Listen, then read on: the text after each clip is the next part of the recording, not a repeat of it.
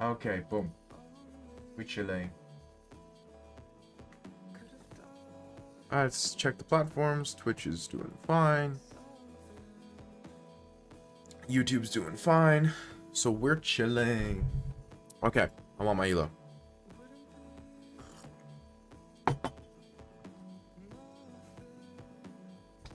Big. See? See? This guy gets it. Big cause true? Yeah?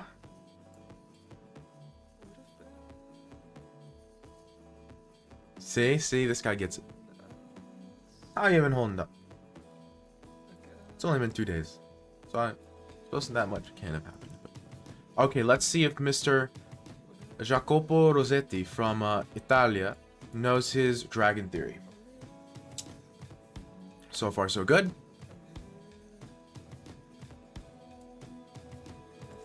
Play randomizer. This is nerd chess. I've been playing randomizer chess on Saturdays. It's not my fault that the chess community is 10 years behind.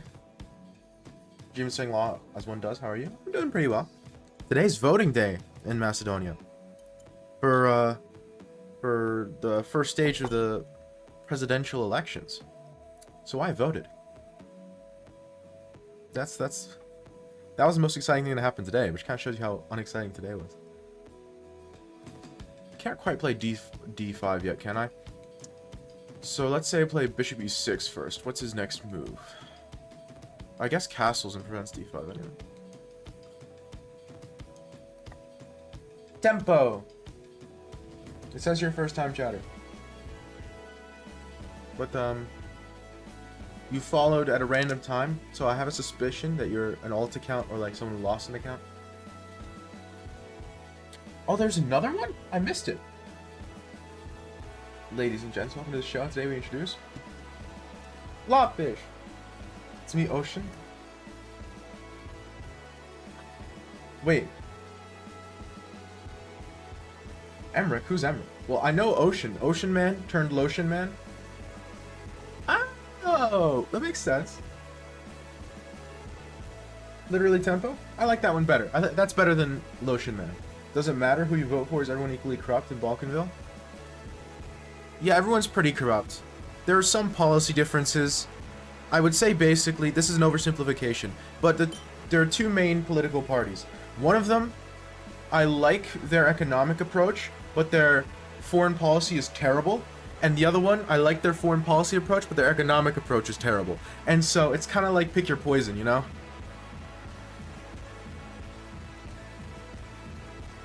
But everyone's very corrupt.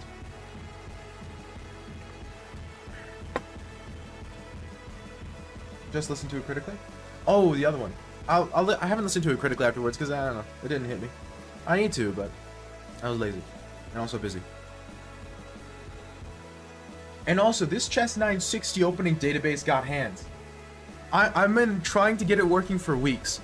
And I'm making progress. Every day I'm a little closer, but it is a lot more work than I expected it to be.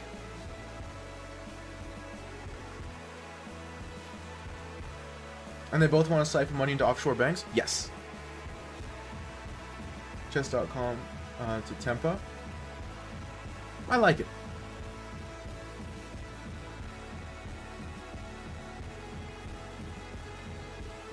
Sometimes I don't even bother with the offshore part.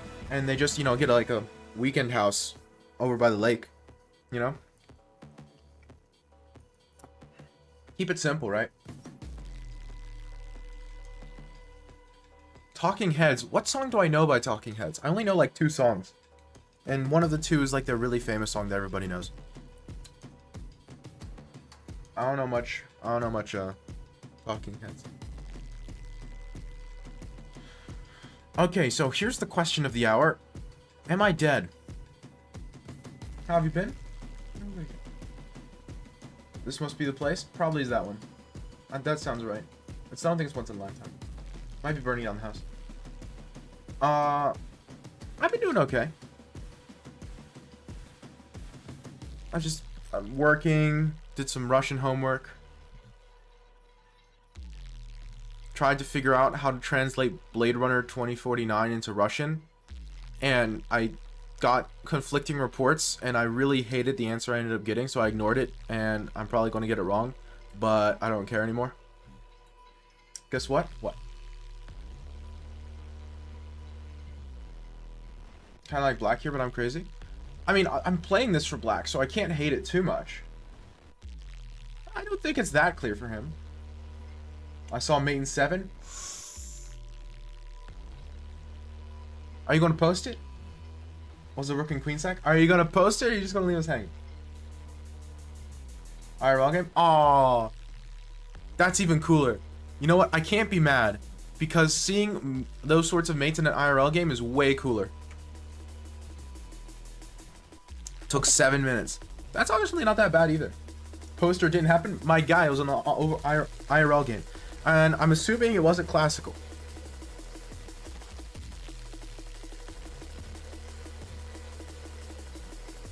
See, the thing is, his most natural move is to play g4, but I'm not sure how threatening g4 really is, since I could just ignore it. I might also be able to take, but... Rapid 15 plus 10? Exactly. Astral project it. Now we're talking. Astral project, like, right there-ish. That way you're in frame, because if you do it over there, then the audience will be able to see. It will require some accuracy. And also you knowing my address, which... I don't think I've doxed that yet. I've doxed everything else about me, but not my address.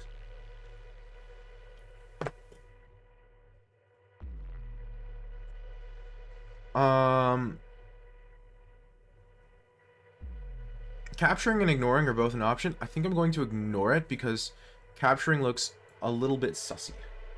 Yet. Well, you know, never say never, right? I mean... My mama didn't raise no fool. I'm not going to make a statement like, oh, I'm never going to dox my address, because, you know.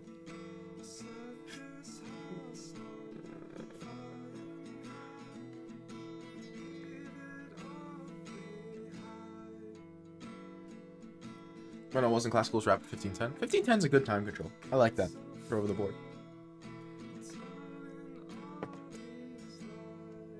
I'm very unsure how I feel about this position. I am conflicted. I mean, that's the story of my life. I swear, in every game that I play, I say I'm conflicted. So at some point, I'm just playing chess.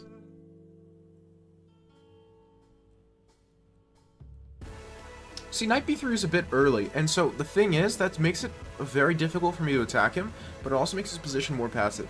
And so I can't decide if I should be more aggressive or if I should play for the solidness of my position.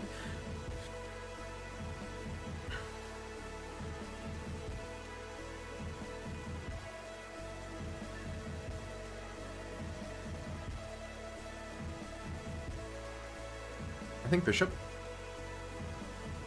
Because if I went knight, then I think he had knight takes check intermezzo. Right. I'm gonna have to take knight, that's the entire point.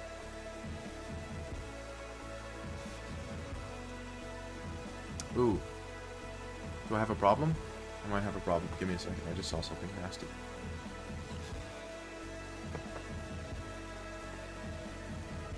Ooh, I might have a big problem. Hello, cat. How was the break in that case? Aren't we all just deeply conflicted about chess positions? I mean, I would generalize that statement even further, but you know, that's just me. I don't want to say what move I think he has, because you never know when they're stream sniping. But like, I'm a little scared. Yeah, that's the move. That's the one. I mean, technically it's a knight sack, but like, I think only technically. So I'm going to not take. Because taking is begging to die. I would rather not die.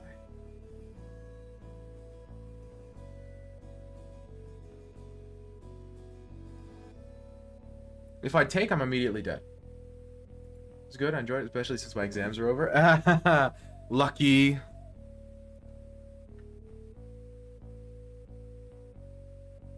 What do I take with?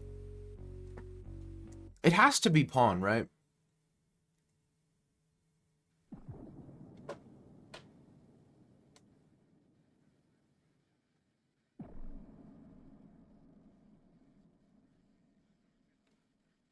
Because this tempo is useless. He's going to play queen h6 anyway. Like, I'm forcing him to play a good move. That's not a tempo.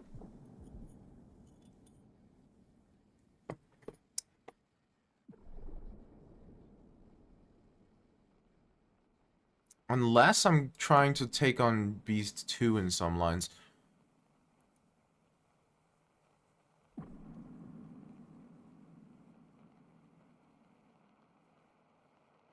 Actually, you know what? I am going to take with knight. You know why? You know why? Because I want to force him to play a good move. That way I can play e6 and take with the e-pawn. That's my plan.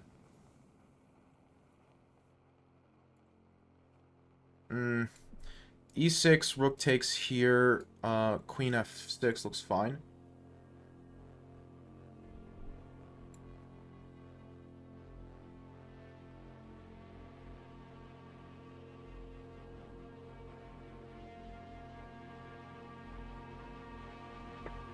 Y'all see my point, right? This knight is barely holding everything together. So I expect some rook move. But at that, he has to calculate this, because now it's a knight sack. And then afterwards, I could play queen f6. It's not the most clear. Not the most clear. I mean, maybe he has, like, knight d5 after that, and he's winning. I don't actually know. Yeah, because knight d5 I can't take on f5, because then he has knight e7 check. No, he can't, because I'm just mating him then. Boy. Never mind. I don't know. Okay, so he's going for it, which, I mean, I think you have to, so...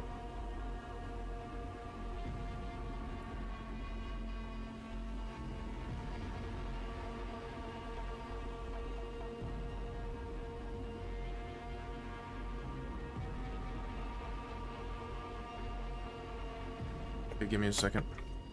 I need to calculate the ramifications of this. What do you mean you don't read the comments? Have you already joined? Oh, it must have not... Okay, I'll fix that in 1 second. I'll fix that in 1 second, Levy.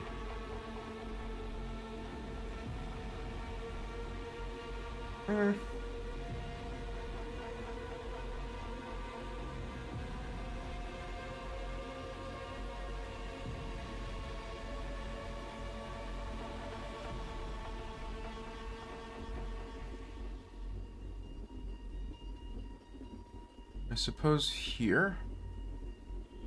Yeah, but queen takes 8. This is very scary for me. 1 second. Give me... I'll fix it. Just let me try not to just let me try to not lose real quick. Okay, so if I play this, you need takes. How dead am I? That's very bad. Very, very bad. Okay. So the answer is very.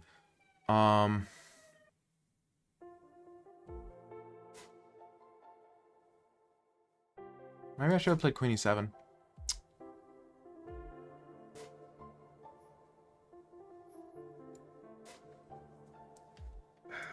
I have to try something, right?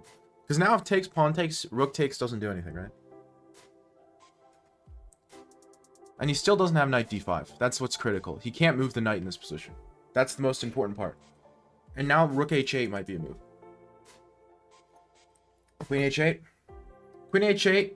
I'm pretty sure he plays rook takes, and that looked scary. Maybe he doesn't, but... Queen h8 was possible. Now, this is a rated game, so I'm glad I read that afterwards, but...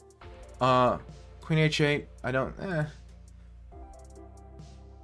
I mean, worst case there, he plays queen takes, king takes, pawn takes here, and he's up like 2 pawns on the rook endgame.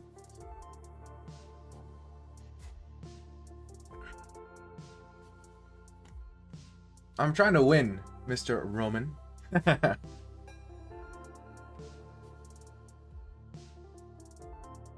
Time is going to start being a factor too here if he doesn't kill me immediately. He is up a pawn in this position, so... Yeah, I was about to say that. If he wants to trade queens, then he could hold on to the material.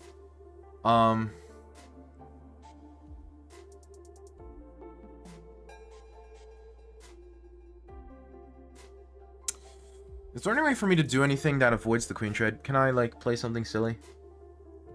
Like, I don't know, queen e5 or something. Doesn't look like it. Because queen e5, he just plays like, I don't know, f6, and I lose. I don't lose, but it's bad. Eh.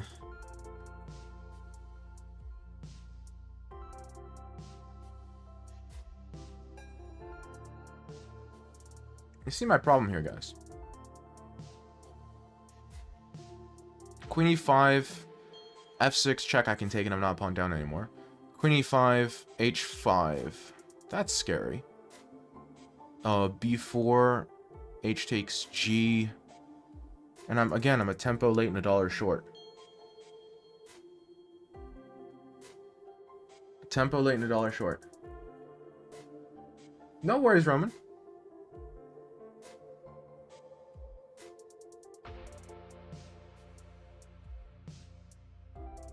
No worries. Do I want him to take my queen, or do I want to take his queen? I'm trading queens, so do I want to take his, or do I want him to take mine? I want to take his. Because if he takes mine, I give him a check on f6. Yeah, it's a fair play violation if I read it, but again, thankfully I read it afterwards, so it's okay. Again, I'd make a bigger deal out of it if it was a bigger deal, but I'm not too shaken up.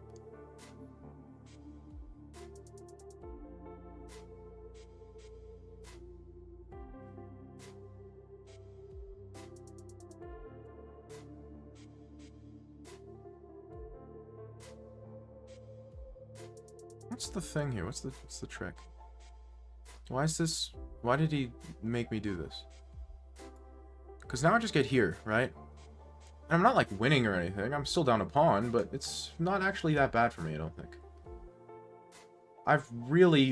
I've gotten good results in worse positions, you know?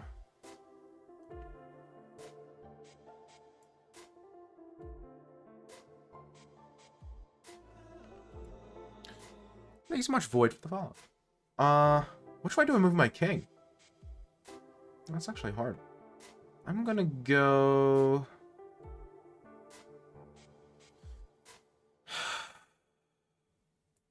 this way?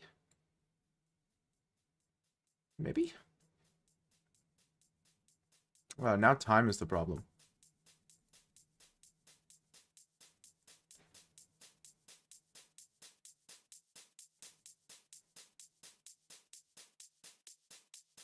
Please play with me. I have a very low rating, but please play. Well, exclaim join to join the queue. Assuming the queue commands are working, which they should be. I mean, they occasionally stop working, but...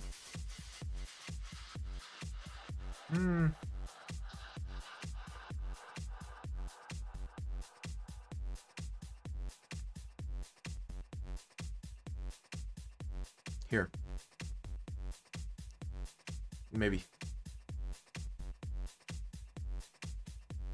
What was this, 2 pawns?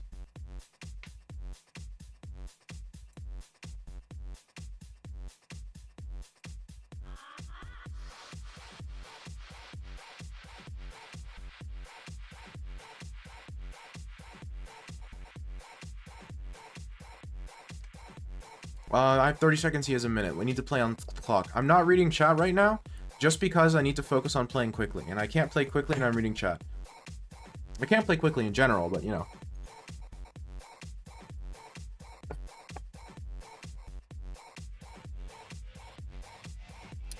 But you know. I'm probably losing, but this is not an easy endgame to win.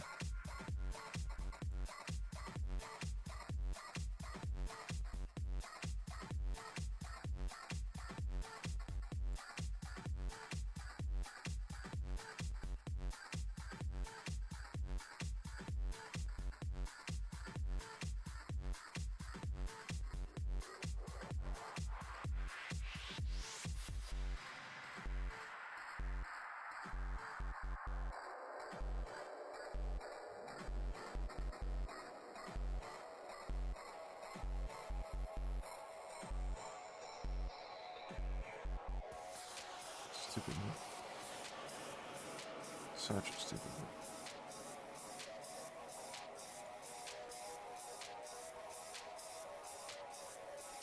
Don't have the time to even try and hold this.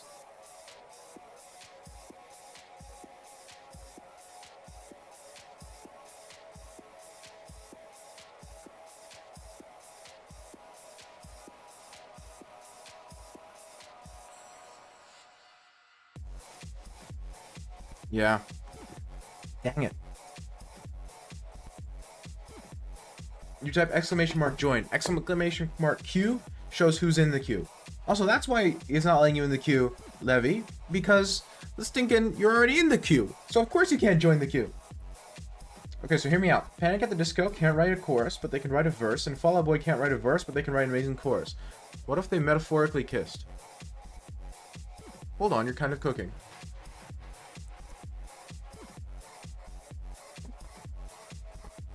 The only problem with that theory is that both are used to. Yes, yours is next. Exclamation mark join void. I didn't need to make exclamation mark play whatchamacallit. So let me just let me just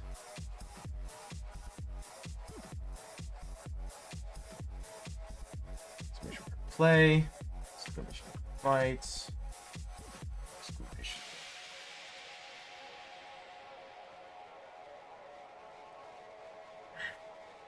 Okay, then now exclamation mark join should work. There you go. Yeah, they both kind of fell off. Yeah. Oh. Man, my chess has been terrible recently. I've been doing okay at the club, but just online, I just haven't been able to play a good game of chess. Okay. Gotcha, Levy.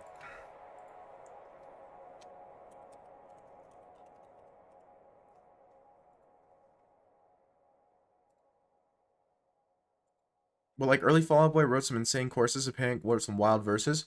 I actually like this. I'm actually down. I completely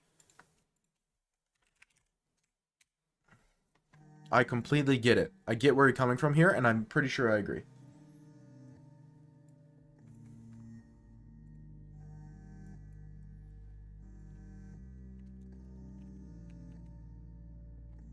See, this is a duality of man moment. I can't decide if I myself, on my individual ears, want to listen to, like, Cave World or, like, Miley Cyrus. Not Miley Cyrus. Or, like, Katy Perry. The chorus where I write sins not tragedies ruins the song. I don't even remember that song.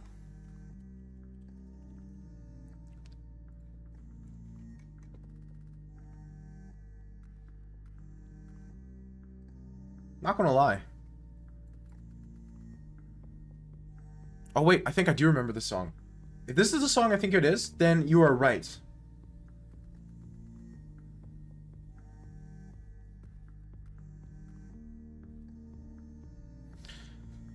So far, so good for both of us. Let's see what my opponent does.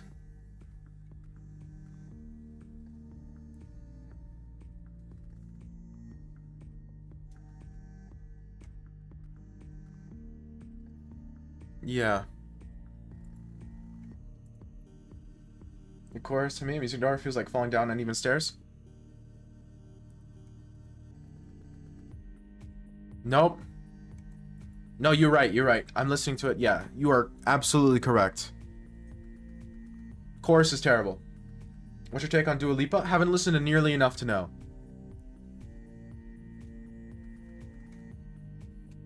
No, you are absolutely correct here, Rexpor. That's a terrible chorus on a song that otherwise is engaging. The verse is great. It's definitely something. It's very Panic at the Disco. See, my thoughts on Panic at the Disco, my feelings on Panic at the Disco are conflicted, so I'm not sure if I'd call it great. But I can't actually call it not great either. So, yeah. Panic at the Disco's just got their own thing going, early Panic at the Disco, so it's just like...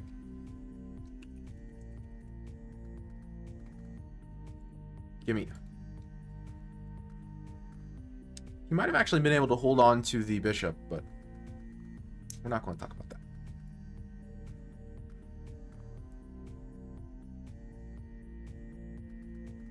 Yeah, I haven't listened to nearly enough Dua Lipa to have an opinion.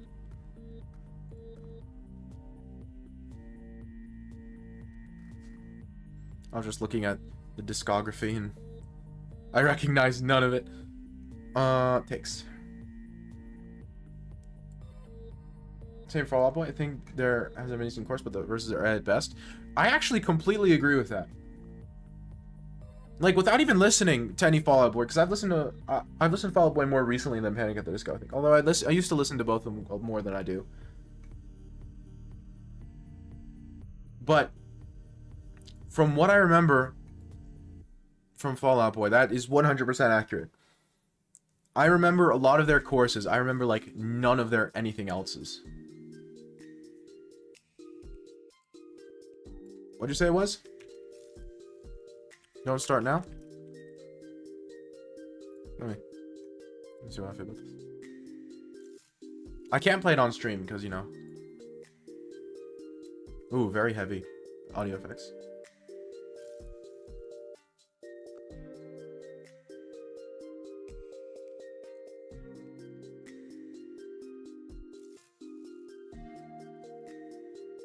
Dance Dance is like insanely good chorus. No. I can shake on that one too. Dance Dance is like unhealthily good. I don't know how that... Hello, Sleeping Beauty. I don't know how that song exists.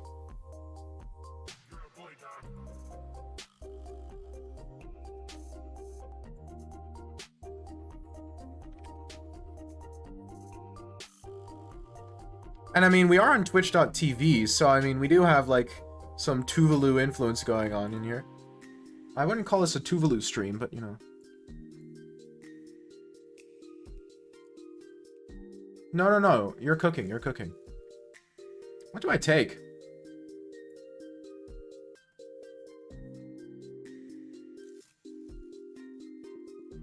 Ah, check first. Naturally. Now I take this. And now I pin the knight.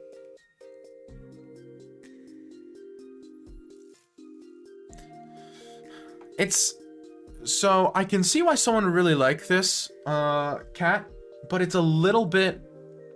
How do I put this? It's a little modern pop for me. Like, I don't hear anything here that I'm like, wow, I can't believe this exists. I've never heard this before, you know?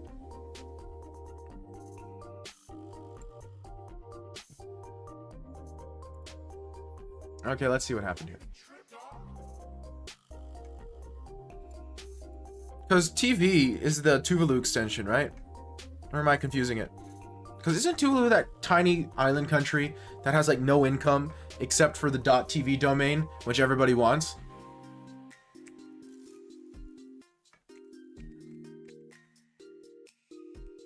Yes. Okay, just making sure. I love doing that. I've done that to many people before. In that case, Gloria Tuvalu kind of based. I can get behind.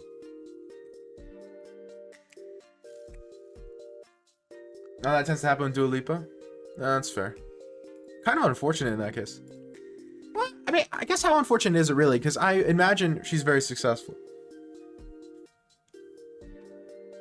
I just ignore the fact that it's been 2 days. Yeah, they might forget, you know? They might not look at the calendar or something. So far, these are all reasonable moves on your part, but then allowing e4 is weird. So, now in order to not lose a piece, you have to play this. Only move. Because, right, I'm forking you. And so to get out of that, you need to escape it with check or with tempo on something important. And you can't tempo anything important, so you have to get out with check. So you're out of the fork with check, and I can't play this because you have knight takes, which is very unfortunate. I was very sad about it because I wanted to play this, and I was like, oh, and then if bishop takes, knight takes, I'd take the knight and I'm up a piece. But you have knight takes first, and the problem is if knight takes, bishop takes, you still have the check, and so you can escape. And if I take this knight, then it's just really bad because it's double check and I lose my queen. So I would have to just go king h8, in which case you play knight d2, and you're still uncomfortable because this pawn is kind of suffocating you. However, you didn't lose a piece, right? Knight d2 immediately just hangs a piece. And after that, you played completely reasonable chess, but there's not much to do. You know, when you're down that much material.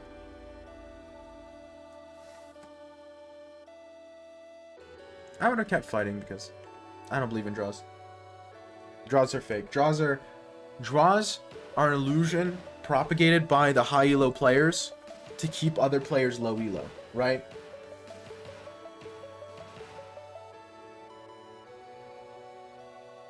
Okay, you just sent me a challenge then, in which case. 10 plus 5? Okay, I'll allow 10 plus 5.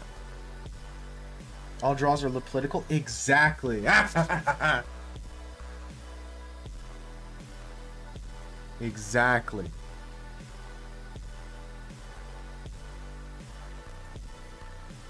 Or Rexpor?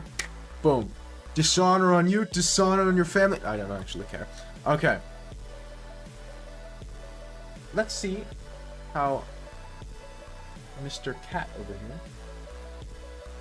How's thy day treating you? What the heck is that supposed to be?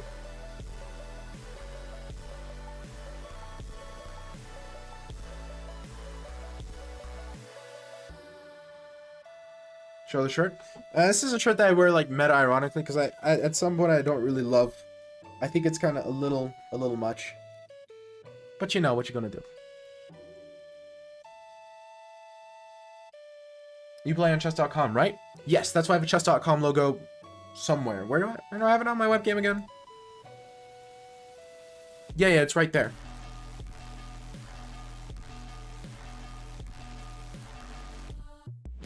I'm affiliated, actually.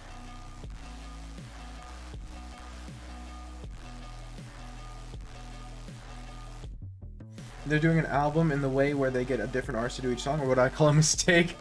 Based. Oh no, did someone clip me bad again? Did I get a bad clip again? I have to be more careful with this one.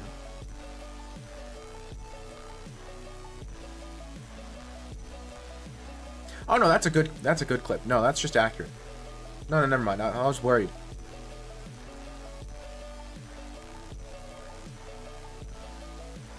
Oh, gone.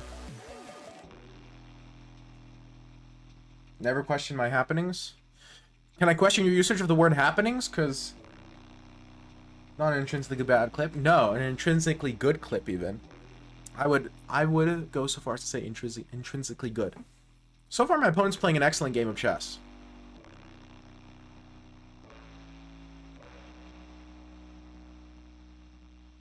Oh, I did that intentional. Don't question that either. You did it intentional? I'm not sure how you do something intentional. I've only heard of doing things intentionally.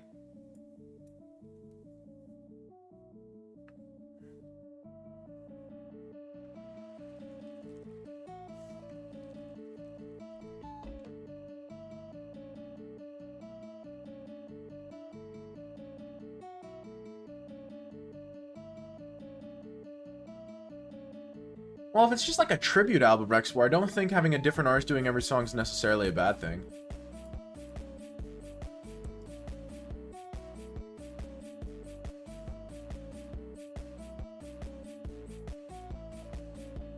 I don't think so, Gone. I'll just save the check. I don't need it yet. Don't question my usagery of the term intentional either. Can I question usagery? Is that like a Canadian province or something? Usagery?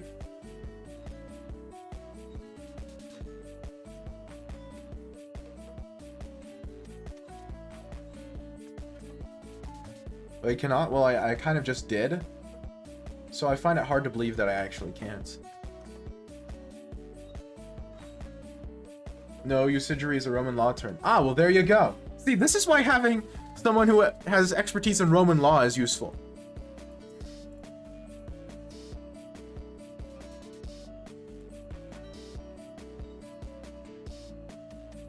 Oh, right. That makes sense. That makes sense. Okay, so you're just talking about Roman law then, Lib.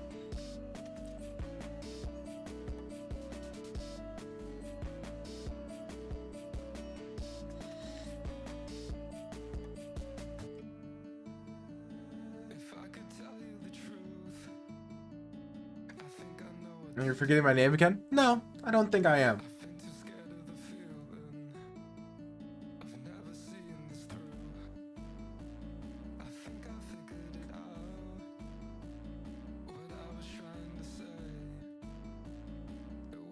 trying to decide.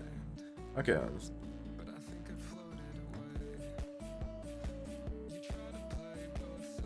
What are you listening to? Well, I was listening to the one that got away by Katy Perry, but now I switched to Starburster by Fontaines because I want to actually critically listen to it. Your ability to think yourself on the right does not make it true. Oh, is this a philosophical point?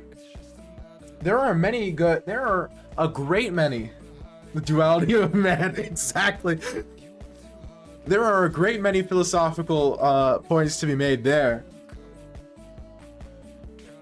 And I'm not smart enough to make half of them. Okay, give me a second.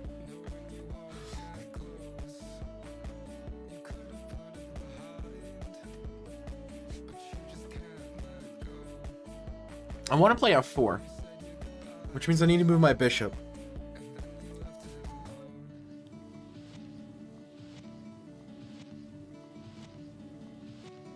The question is, do I move it to e2 or do I move it to g4? I'm actually unsure. The quote is, I think, therefore I am, not you think, therefore I am. It could be, though.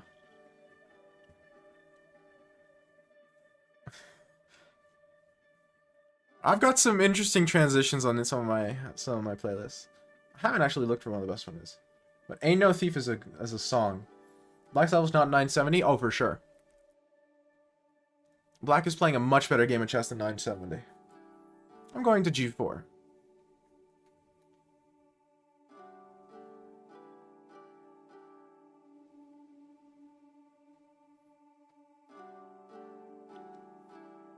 I know these Maroxy lines are technically best against the accelerated diagram, but they just seem so dull. Okay, this line technically isn't. Bishop e2 to f3 is inaccurate.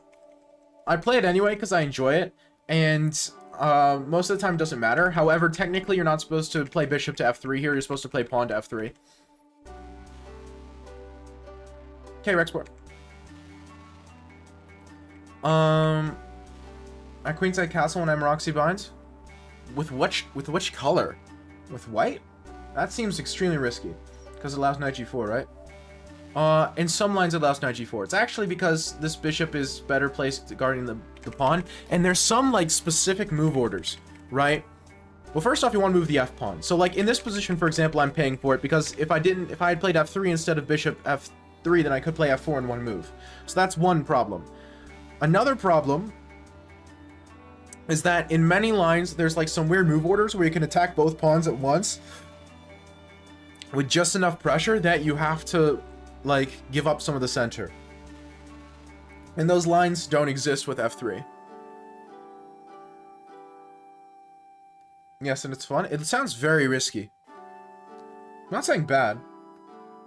The knight c3 lines look so much more fun, though, I can't lie. We'll play them, then. You know.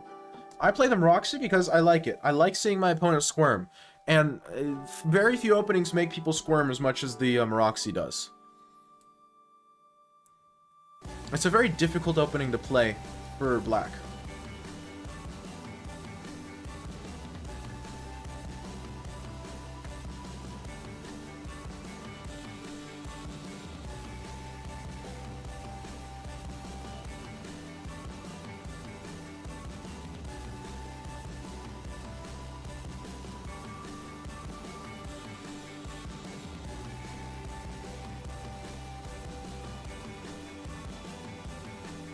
Oh, I misspelled that. There we go. Found it. I think this position just is good for me. It would have been. But unfortunately, y'all are not that far ahead. You should try Queenside Castling next time you play it. I don't trust it. I don't trust that system. Black's plan in the Maroxy is already to go a5, b5. That's already the best plan in the Maroxy. So playing into the best plan seems suspicious. I'm sure there's a reason it works, but I don't know it, and so I don't want to play it. If I don't understand why it works,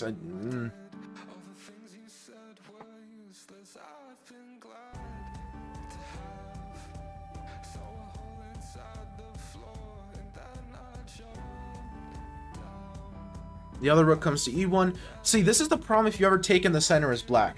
This is just weak forever. It's very difficult to to free up this pawn. E5, I take en passant every time. E6, I take. It's very difficult.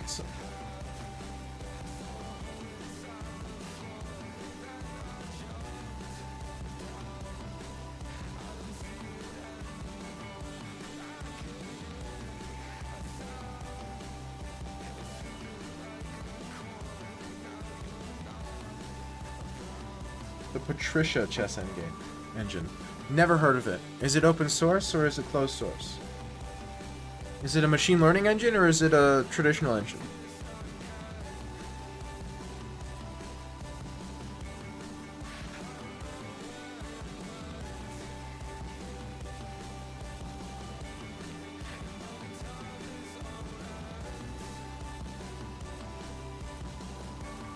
Here we go.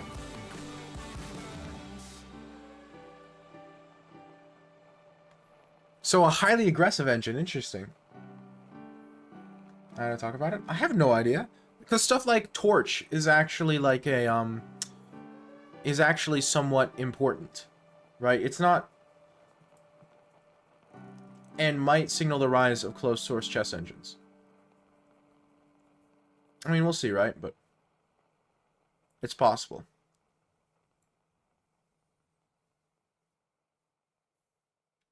Of course it gets murdered by Stockfish. It's hard to make an engine that doesn't get murdered by Stockfish. That's the ultimate challenge.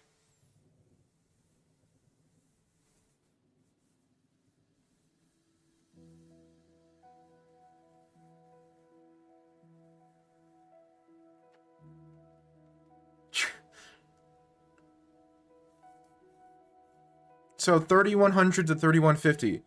Crush any human, but like insanely aggressively.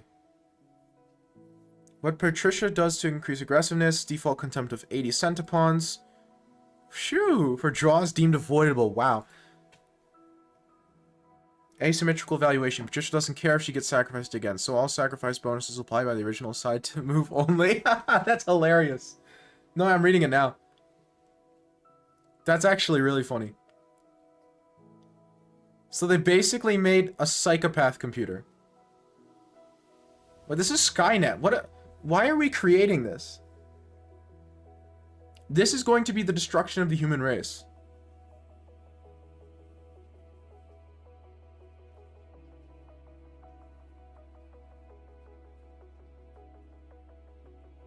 Bonuses for going down material. Bonuses for being better off than what material would suggest. Bonuses for sacrifices at root. Bonuses for attacking the enemy king. Bonuses for opposite side castling. Material scaling. Game length evaluation scaling. Lack of search techniques that aggressively prune moves that lose material. Patricia has no SEE pruning, and she orders bad captures right behind good captures instead of right at the end. This thing's a psychopath. That's so funny.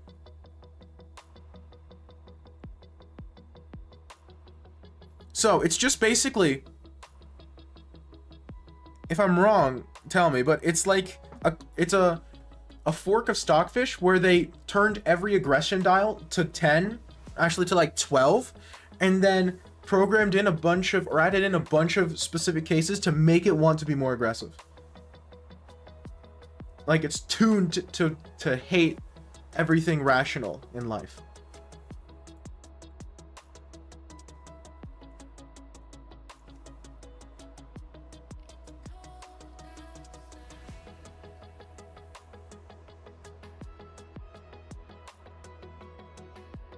In which case, that is very funny.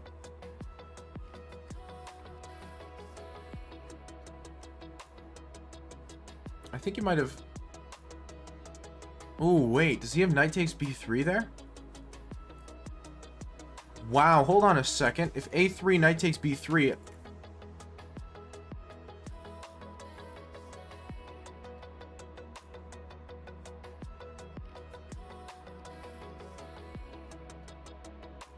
Wow, I'd missed knight takes b3 completely.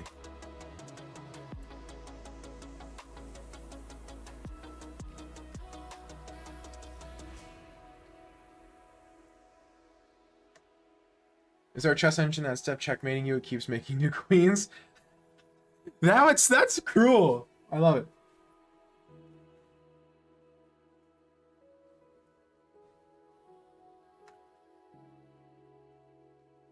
Okay, now I think I can play A3.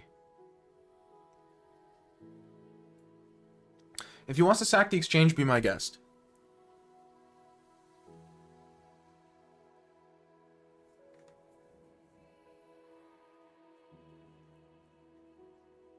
I don't actually know. Because the engines normally try to find the fastest way to win, to my knowledge. Or the most efficient way, so.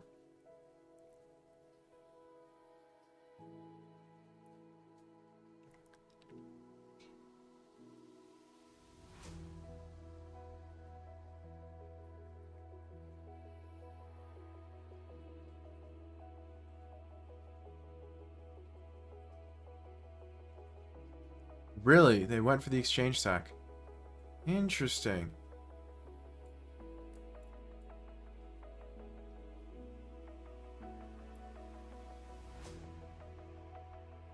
And on Croissant and just play G5 randomly? On Croissant based. On Croissant is such a good program. I've been using it for like 6 months, 8 months. I was there like before the Discord had more than 35 people. Because someone else mentioned it on stream. No, wait. No. I found it myself because I was looking for Rust chess libraries because I was actually just curious. I was messing around. And when I was looking for Rust chess libraries, I found on Croissant. And I was like, wait, hold on a second. Is this the thing I've been looking for like years? And the answer was yes.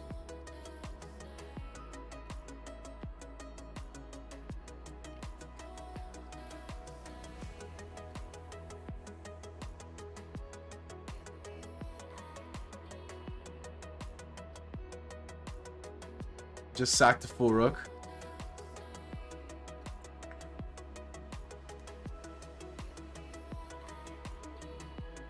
Might be getting cooked. I mean, it wouldn't surprise me.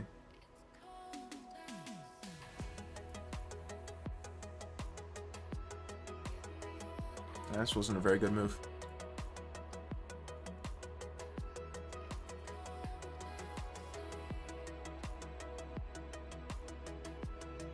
Yeah. I might have to grab this and plug it into my on Croissant.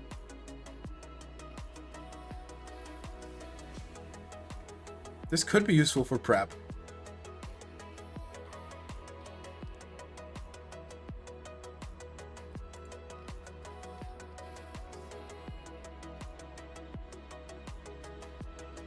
Because that's still a very strong engine. 31 to 3150. What's your t-shirt say? My password is the last 8 digits of pi. I wear it meta-ironically, because it kind of makes me cringe every time I look at it. But that makes it funny. What does your shirt say, Fox? Assuming you're wearing a shirt. I mean, I guess I can't always make that assumption. No, who knows? Who knows what people are doing, right? It's, you know.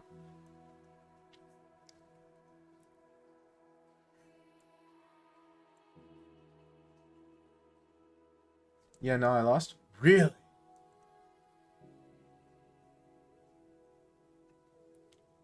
Can he play knight d4?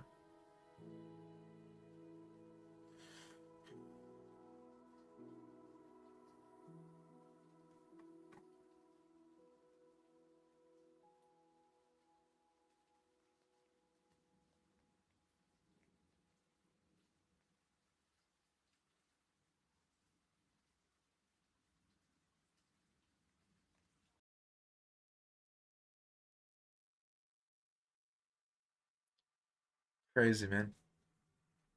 This guy's making my life real difficult. It's a picture of George Clinton from... What? Parliament from the Bill.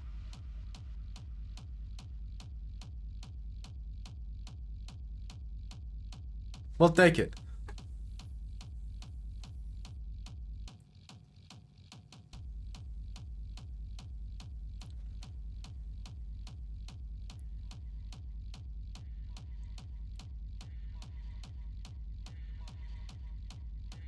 Looks like he's getting his exchange back. Crazy, man.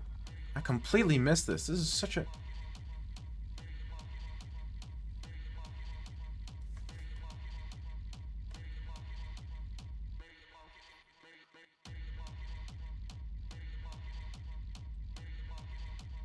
Crazy.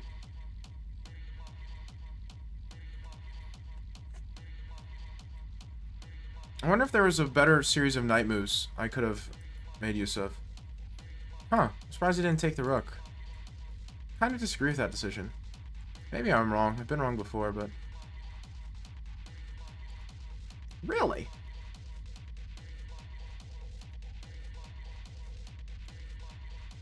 I mean...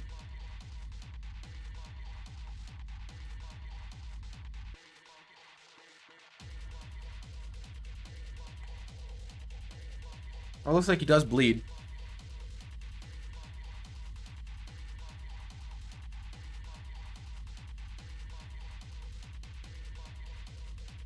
Because this was real bad.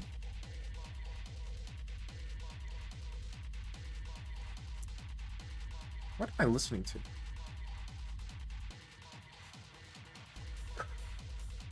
See, look. Just see? I told you. I told you what it said. Why didn't you believe me? Did you think I was lying to you? Is that where we are now? Where you think I'm just lying all the time? Everything that comes out of my mouth is a lie?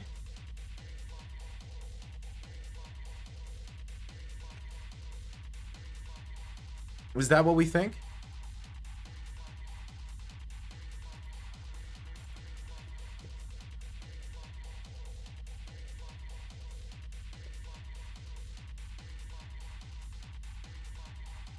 Okay.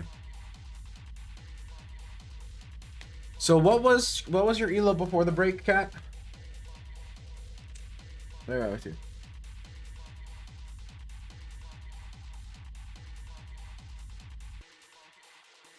You had rook a3? I'm pretty sure I didn't. I'm pretty... Maybe at some point. Don't have a high elo? That's no problem whatsoever. Where did I have rook a3? Here? Rook a3, you haven't played knight c2. That's the thing. That's what's crazy about this position. Rook a3, knight c2. Now, in hindsight, this was probably the best way of going about it. Yeah, this was not a... Because this was not a 1000chess.com game. I know a 1000chess.com game when I play it. This is not it. No, afterwards? Okay, hold on a second. Right here, rook a3. Don't you still have knight c2, though? Ah, no, you don't. Okay, wait, what did I see here? I guess I hallucinated.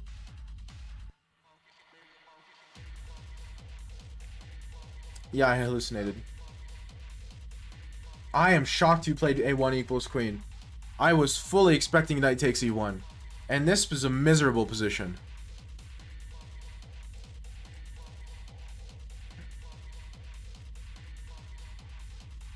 I was fully expecting to have to deal with this. And I was like, okay. I was steeling myself to try and hold this position.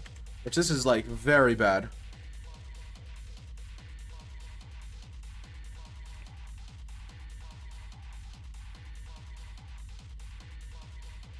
GM Slayer 258.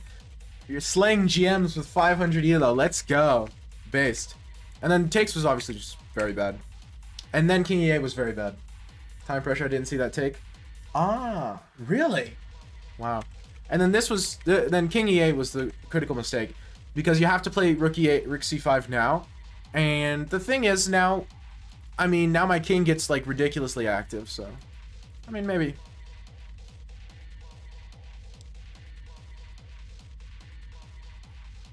And I probably hold this endgame. Maybe I don't hold this endgame. Yeah, you have to play rook c8 first. Yeah, and I can get in.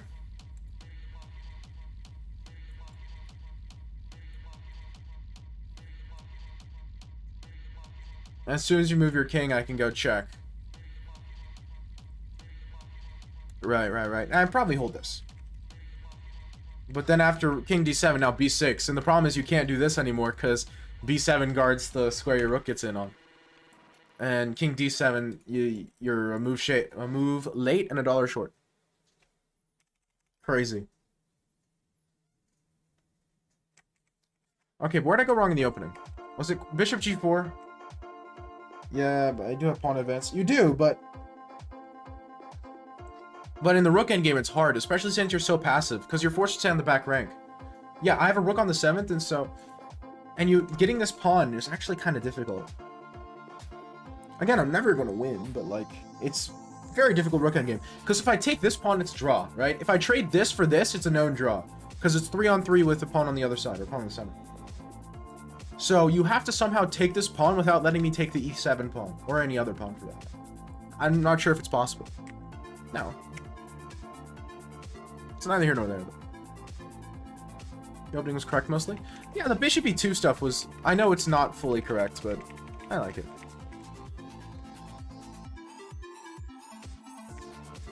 Queen d4 check. Okay, so queen d4 is a bit early. Yeah, no. Rook ad, right? What about rook fe? Is that a move? e5, really? Wow. Had memorized? Oh, well, okay. I don't play the Alapin mode. I don't play the Roxy too often.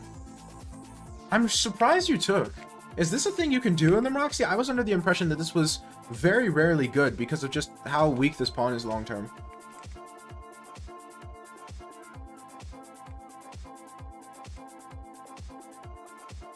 Sorry. Opinion on Starburster? It still doesn't do much for me. I find it kind of boring. Like, I don't find it offensive. I don't hate it. I don't have a reason I'll go back to listen to it. Like, I listened to it right before you left. And I struggle to remember what it sounds like now. Yeah, because bad bishop versus good knight. I suppose.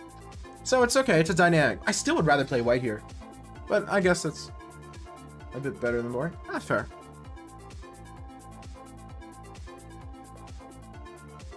I guess it's an imbalance then. You have a bad pawn, I have a bad bishop. But still, this looks better for white to me. I mean, part of the problem is I'm a classical dragon player. So if you play the classical dragon, you get in this sort of position, you're losing. Queenside pawns are on white squares? Yeah. No, I see your point. This is a bad bishop. The knight is better than the bishop. You're absolutely correct. I don't know. It just felt like a bigger deal to me. And the fact that I can push my h-pawn. Something like h5... It's funny because I can sack. And I can... So it's really annoying because I always have this threat as well, sliding my rook over, which is why I went to e3 and not e2, right? Because I can always go some weird rook move. And it just... I don't know. I'll tell you what it feels like. And this is what the entire Roxy feels like to me. So correct me if I'm wrong, because I probably am. But the entire Roxy, and very specifically these sorts of positions, always feel like Black's never playing for the win. Maybe it's a stylistic thing, and I'm just blind, but I don't see how Black ever wins this position. Like, I see how you hold, right? Okay, good bishop, bad knight. Good knight, bad bishop, right? Makes it hard for me to take advantage of this, because this is on dark square as well. But, like, what's the winning plan? Two of your pieces are going to be tied to this forever. You can't really move your king here because of my pressure on the diagonal. You know? You can't ever play f6. You can't ever play h5.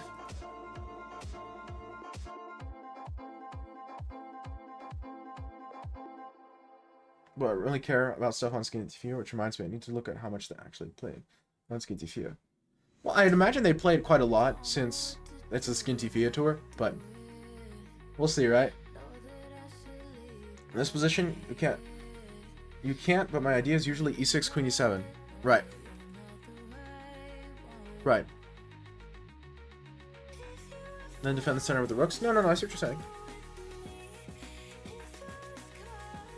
I don't know. You're probably right. Again, like you said, it's stylistic.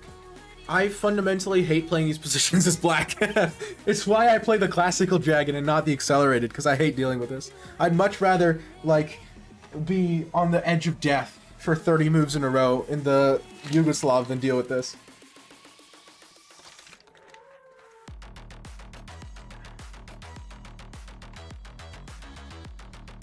No, I could see it. Because it's one of those things where...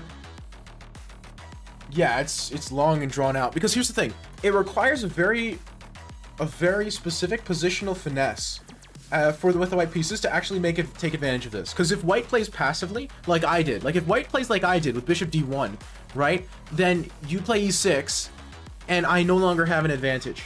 right? Your central pawns aren't weak anymore, so now you're the only one with any felt advantage, right? Now I have active enough rooks and a good enough central pressure that I'm not worse, but like it feels like I'm worse. So like it makes sense. I can see, you know, when I get it from that perspective. It's one of those things that it's like it's almost like a stonewall in the sense that you're taking advantage of your opponent's lack of advanced positional sense. An advanced positional sense that very few people who aren't grandmasters or titled in general have.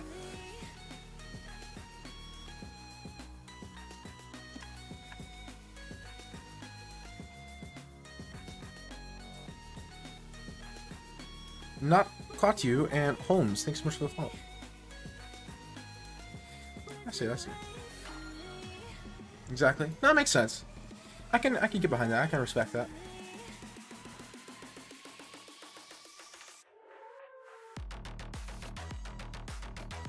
I respect it. In this position, I completely missed the idea of knight takes b3, so I was thinking I'd a3 here, but knight takes is crazy. It's more like frustrating your opponent too many times. Yeah. It's very easy to mess things up as white, and I didn't for a while. I mean, queen isn't very good, but like I didn't mess things up too terribly for a while until bishop d1, which I eventually cracked, right? Which, I mean, that kind of proves your point. I cracked before you did, and you ended up getting a better to eventually winning position. Yes, GM Slayer. I am challenging you. I was just going over the analysis first. Because I don't know many people who play the Maroxy and understand the ideas of it, so I was just picking his brain a little. Challenge should be sent. Most people I've played in the Maroxy, especially over the board, have just been playing it. I don't know. I'm not sure why they play it, honestly. And then I just win because I just slightly outposition them. Like, I get that sort of thing, and they try to hold the pawn, and they don't play e6 at the right time, and they die.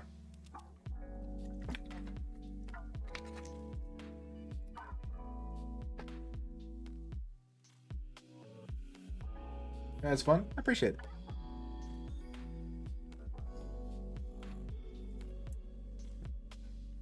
I'll absolutely kill for BCNR tour. Same. Bro, same. But nothing. I mean, they're doing some stuff in like October, November, right? But even then, it's pretty far. Like, the closest thing to you would probably be like Germany, but the closest thing to me is also Germany. Hello, Fando.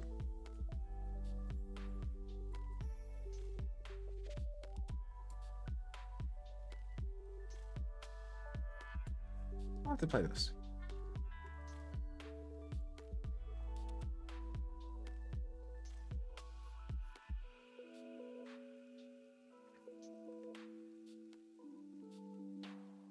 Really? Ah, tragic. I'm here to annoy the streamer. Well, let's go. Come on, pick up your game. I'm not annoyed yet. Come on.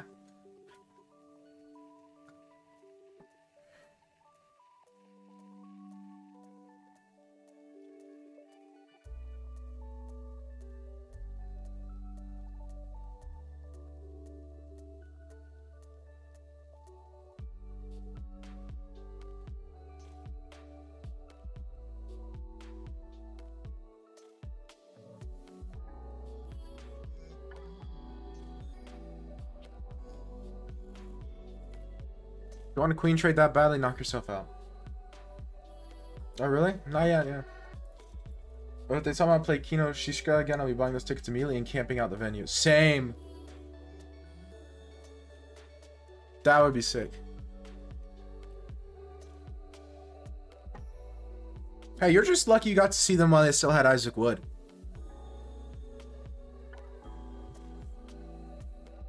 Just kidding, though. Wouldn't try to do anything crazy yet. Yet. I like the yet there. Just making sure. They played in 2019. I wasn't aware of their existence. Oh, that's tragic.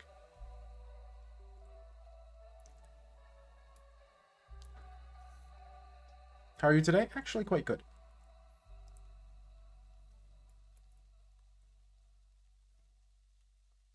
I see, I see. I see what you're saying. I'm picking up what you're putting down. I kind of want to sack the rook. It's stupid. I really shouldn't, but I want to. Like, I want to play this and let him play check and just go king d2. And say, knock yourself out, buddy, check.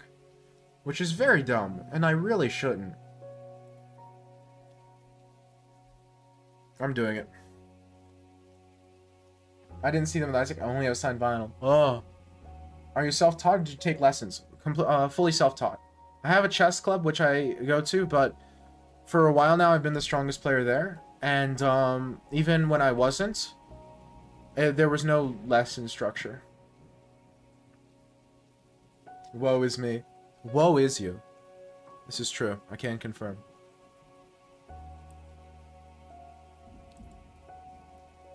But I know people stronger than I am who are self-taught. I'm at an international master who is fully self-taught. You can get some places self-taught. It's hard, but you can do it. So I want to try Sudoku. Sudoku's fun. I like Sudoku. I don't like it as much as chess, obviously, because I haven't spent, 4,000 hours on Sudoku. But, like, Sudoku is fun.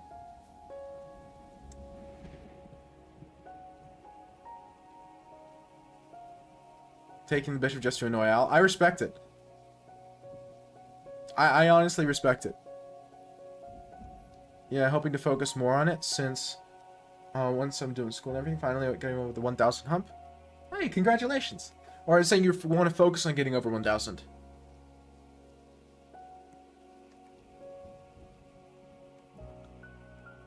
Because if it's the latter, I'm not going to say it's easy, but it's simple. Once you start getting the basics of positional chess, then moves will just exist, and then it kind of simplifies things.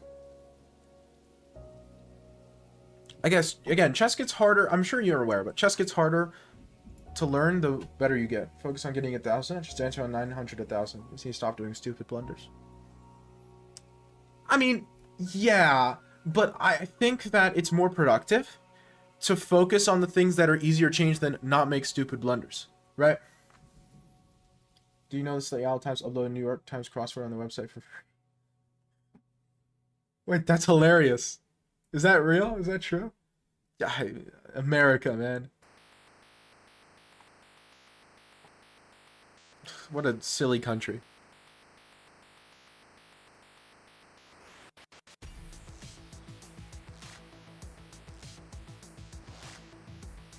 By positional chess, do you mean just finding simple moves that improves your position? Yes. And understanding what a good move is at a very fundamental level, right? At the core of it.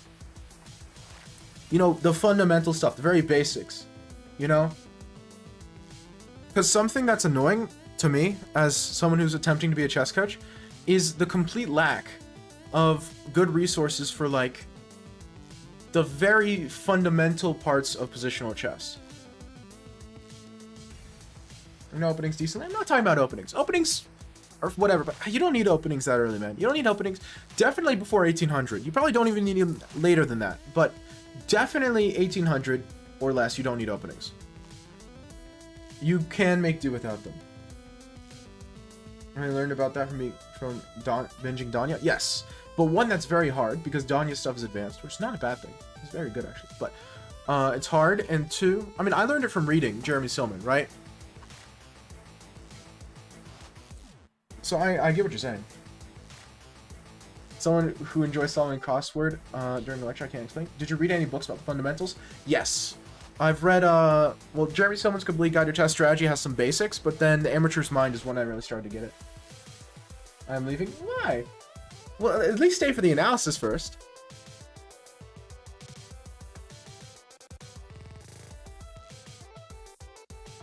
Okay. Sudoku has some insane variants that make it really interesting. Fog of War, Thermo, there's even chess Sudoku where some numbers can't be united, just move away. Yeah, I played some interesting Sudoku variants. Again, I enjoy Sudoku as a pastime. I don't know. There's usually something else I'd rather be doing with my time at any given moment. Okay, so. Thanks for playing. What? No problem whatsoever. Okay, so let's talk about the opening. So meeting knight f3, knight f6, perfectly reasonable. So d4, knight c3. I disagree with this move because of what happens in the game. I have d5. These sorts of openings where you kind of provoke and poke your opponent into getting this big center and just to try to prove that it's weakness, they're not bad, but they require specific finesse. That's not easy and that I wouldn't recommend for most chess players. Netflix apparently used AI generate images in a true crime doc. Netflix keeps sticking us. The point of playing positionally is to get a good enough position where the position opens up because you can't just shuffle pieces to turn with it. I disagree. I disagree. The point of positional chess is to make your opponent's game harder and harder until they self-destruct. Especially at lower levels. Black Knight's Tango? Yeah, might be. It's something close to Black Knight's Tango. I don't know if it's exactly Black Knight's Tango, but it's related. Because Black Knight's Tango, I don't have Knight f3, right? Black Knight's Tango is like, pardon me, d4, Knight f6, c4, and then it's Knight c6 here. So this is a Black Knight's Tango, yeah? The difference with the Black Knight's Tango is you go e5. You have the e5 square for your knight, which attacks c4, and it's harder to attack, because you don't really want to play f4, you know? Versus in this position, the position we got in the game, where it looks like a Black Knight's Tango, but no e5. Which means the knight is in a worse spot. Whereas the knight wants to go to e5. That's the square it wants to go to in the Knight's Tango. That's kind of the justification. Still suspicious, but that's the justification of the Black Knight's Tango. You can't do that here. I'd like to add that positional chess also makes your own game easier to play. You get more positional good moves and your opponent gets less. Yes. Something I talk about that I like hammering in, that's like one of my favorite points I don't think anyone mentions, is a lot of the time bad moves in chess or inaccurate moves or even some mistakes and blunders don't necessarily lose the game or lose material or do anything concrete like that. They just make your position harder to play, more difficult. There are fewer moves that hold, and the moves that hold are harder to find. It requires more calculation and deeper calculation, right? Yeah. Knight f3, knight f6. Yeah, I could see that. The Tango is one of those openings that requires a very specific move order. Right, so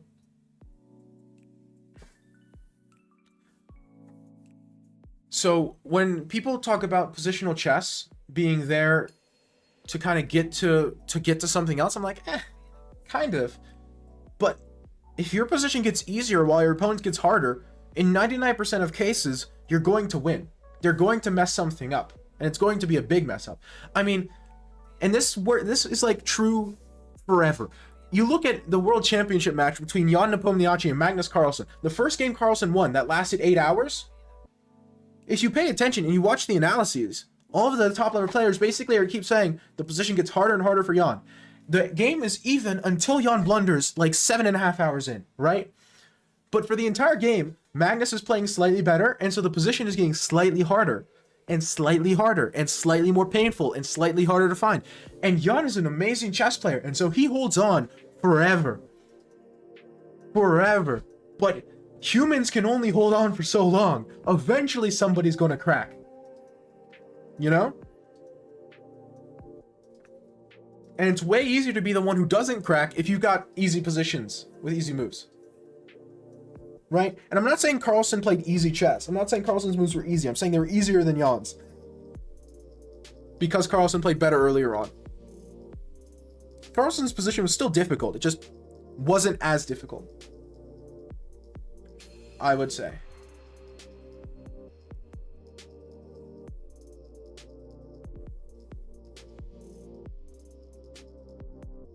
Especially before the endgame transition. The endgame transition is difficult, but Carlsen's just so good at endgames, man.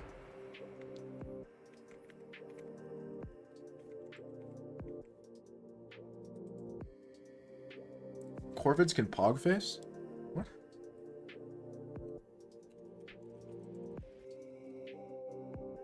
Wait, they can.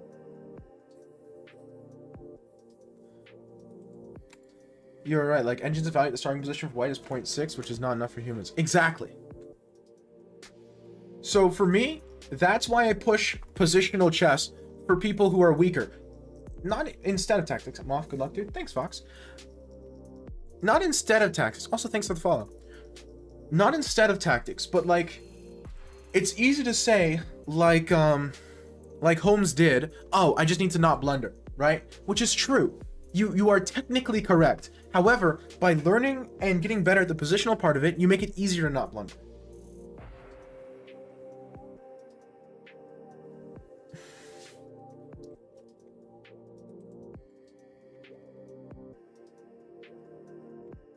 Now, to some level, as you get better, you do need to have a certain minimum level of tactics to keep going, right? I'm not saying tactics are unimportant. I'm just saying they are sometimes overestimated. Queen f6, b4, queen x d4, knight takes c4. So that's the problem. It's really early on. You're already in a very nasty position. And taking this is unnecessary. I'm not exactly sure why you did.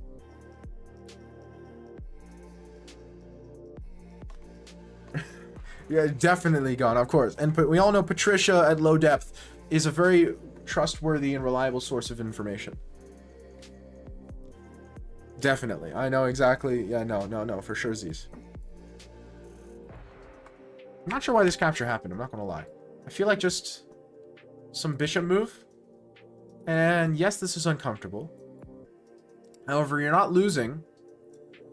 And once you get castled, you might have some time to kind of like untangle yourself. My job will be to not give you that time, and that's what I'm going to try to do. But you know,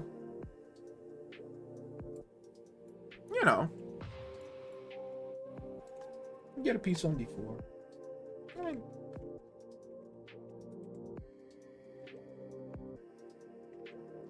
But taking, I'm just up a piece, and then you trade queens. That's number one. That's what I mean. And again, engines and humans play chess fundamentally differently, especially lower level humans. Fundamentally, we have a different approach to thinking about the game of chess. That doesn't mean computers are wrong or useless. That means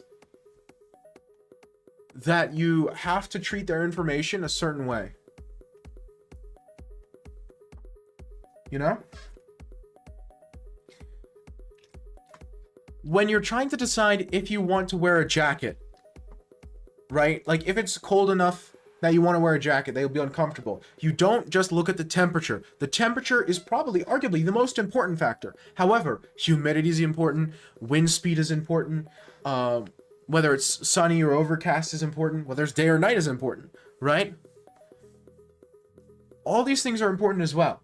So temperature does give you a very reasonable guess, and it will get you in the ballpark because it's the most important statistic there.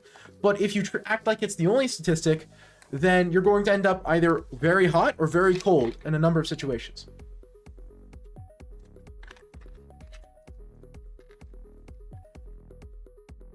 Like you might look up on your phone and you see like, oh, it's 70 something degrees, or you know, what would it be? So 20 something degrees.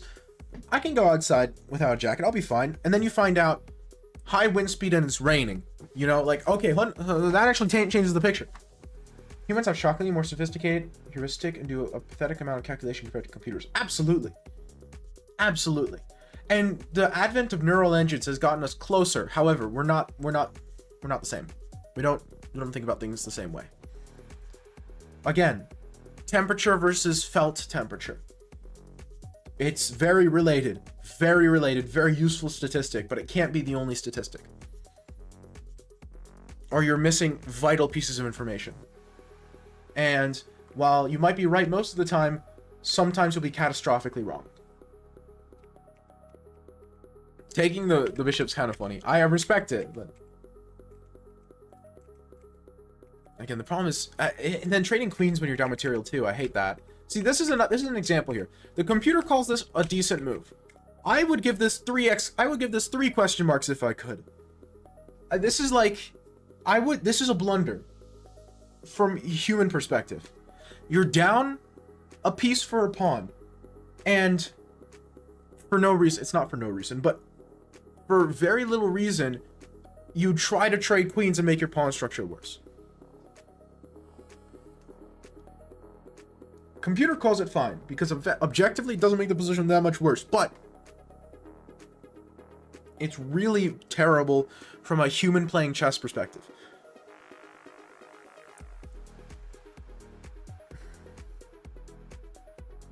Yeah, I tend to do that as well. Because here's the thing, I either respond instantly, or I go and figure out how I'm going to respond, then I respond, or I completely forget that you texted me, and I don't respond ever, until you text me again, and I'm like, oh, I didn't respond to the previous thing, and then I feel guilty, right? And then I don't know what to do, because I don't know if I'm supposed to now respond to your previous message, or just ignore it again, or apologize, or...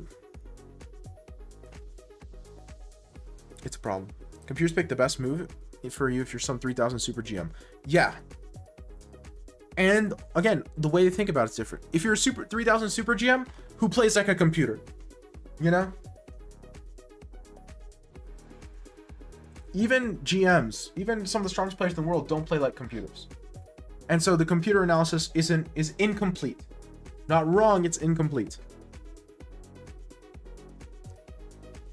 Yeah, same, Rexport, same. Looks like the queue's empty. So if someone wants another turn, sorry for the wrong moves I played. Don't apologize to me. I'm okay with it. I won the chess game, right? But I'm mentioning it because I want to help you not play these moves in the future.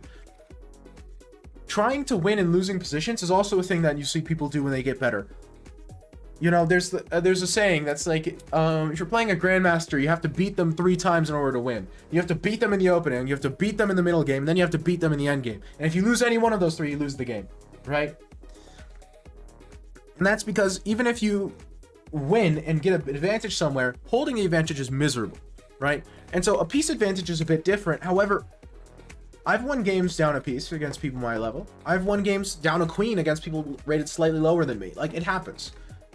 But it's less likely to happen if there are no queens on the board. Incomplete. I like this word in this context. Thank you.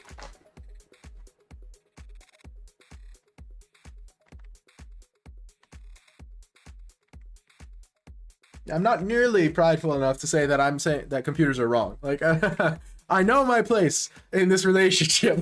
I'm not the good chess player here.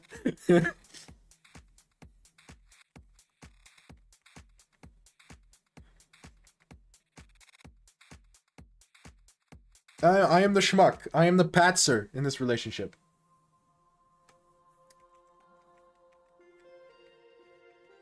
No delusions of grandeur here.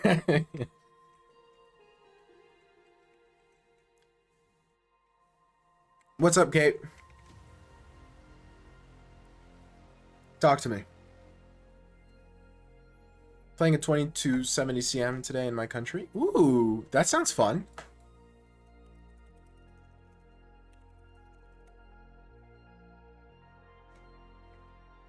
That sounds fun. Do I need your help? How so? If it's a prep thing, then I got destroyed with 2100 FM. I mean, that happens, right? She beat a different CM. There's multiple CMs in Brazil. In Rio. Now I'm with the white pieces. Okay, okay. Hello, Void.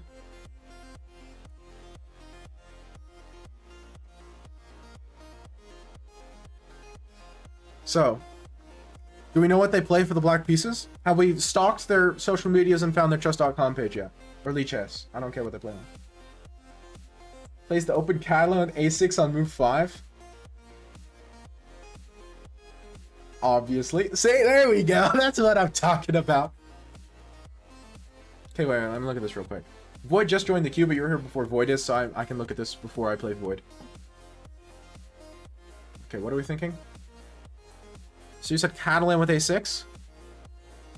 Oh, it's been a while. I need to remember my Catalan theory. Give me a second. You gotta stock a little. You gotta stock a lot. Forget a little. Where did I put my Catalan book?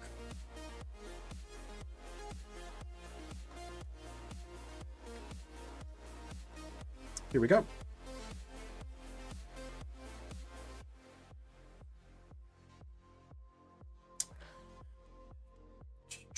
the open Catalan with a6.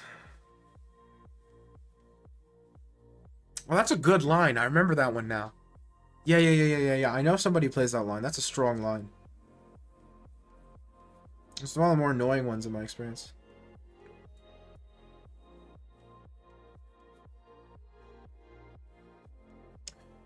Wait, when did you say they play a6? Why not use Patricia for prep and find some terrible novelty? Now we're talking. Not ready to play proper chess? Okay, then find a game. That's perfect, Void. I'm looking at something with Kate right now. So you have some time to find a game. Move 5. Ooh, move 5 a6. That's a different line. Give me a second. Let's see. Move 5 a6. Looking through my my opening book. Here we go. So let me put out the moves and make sure we're on the same page. D4, knight f6, C4, E6, knight f3, D5, G3, DX C4, C4, bishop G2, A6. This is the line we're talking about, correct?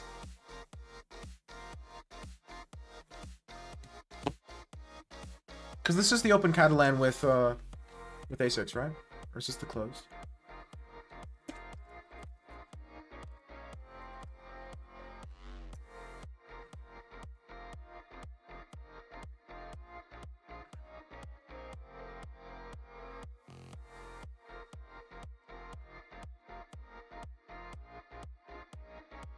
But you're going to transpose into this. Even if you play G3 first, you're going to transpose, right?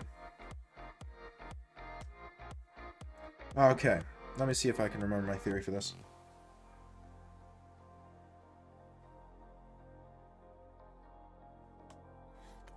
Black wants to strengthen pawn E4. Okay.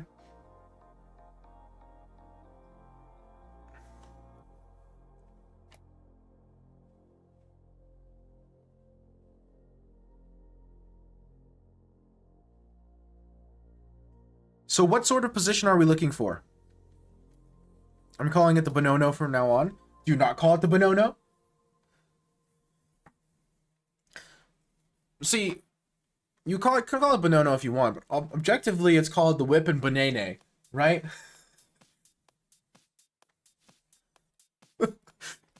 I regret everything. Okay.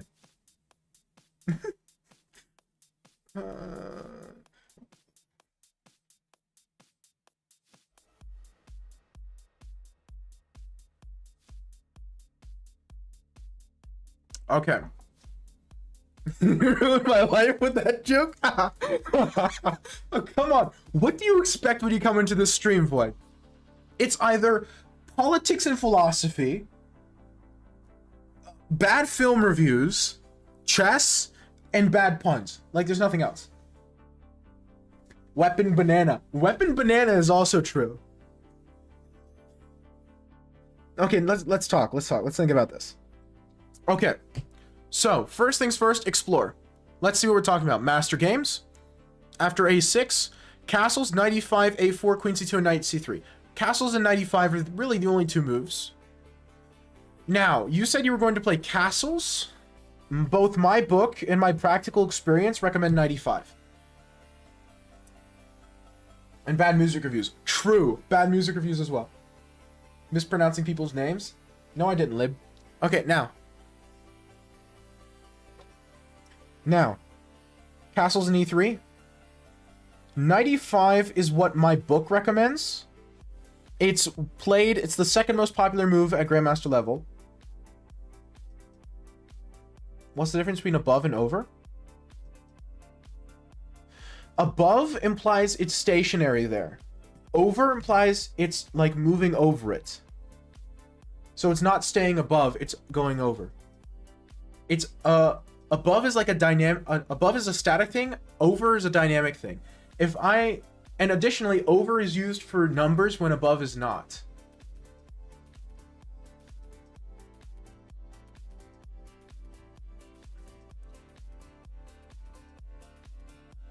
So, if I said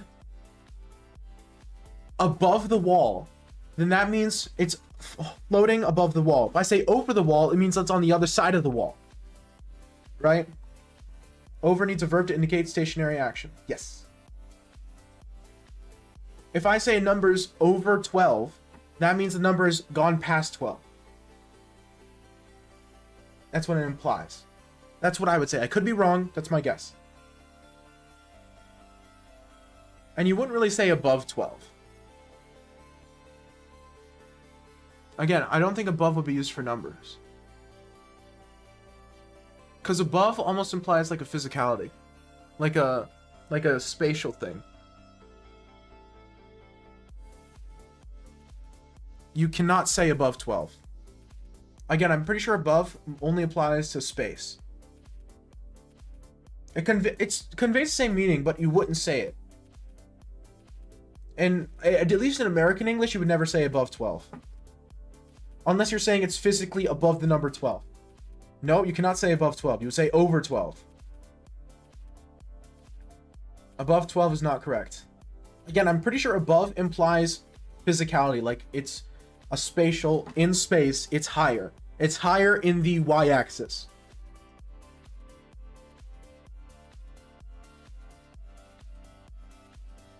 You say over in Ireland too? Okay, then reggae is with me. Pretty sure above is not a real word. Above, I'm pretty sure is a real. Anyway, so 95 is a move. 95 is what my book recommends, and also probably what I would play. These castles lines with E3, I've played these as well. They are just, in my opinion, a bit slow and a bit passive. I don't enjoy them. Just join you sound smart. We'll be staying. Oh, we fooled him, chat.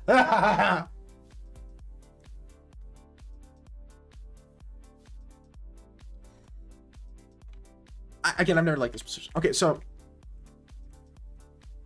95 instead of castles.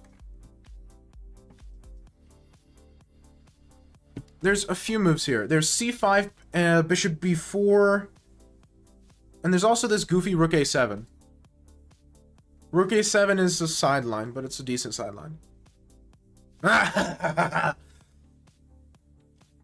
Now time to spring it on. Talk about the cheese caves in Missouri. The federal cheese mines.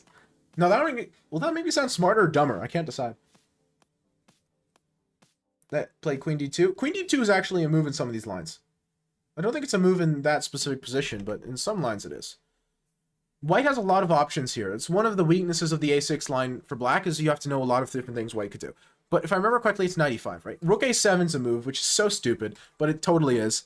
Otherwise, it's like c5 and bishop b4 check, right? Knight c6 really isn't a move because you just take and you win the exchange, right? So the idea of this is you're opening the bishop, you're attacking the pawn, and you're preventing knight c6, which is the move he wants to play. It's a very aggressive, immediate way of going about it. Right?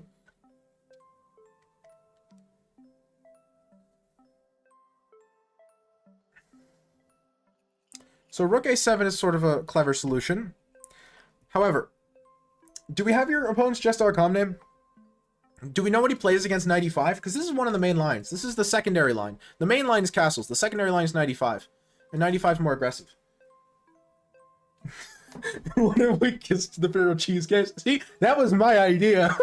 Kissing the federal cheese mines was my idea. Chess base and chess tempo. Okay, good enough. He must have a game against 95. This is not an uncommon move. Bro stole my Riz. Okay, give me a second. Can you include chess as a philosophy? I would say no.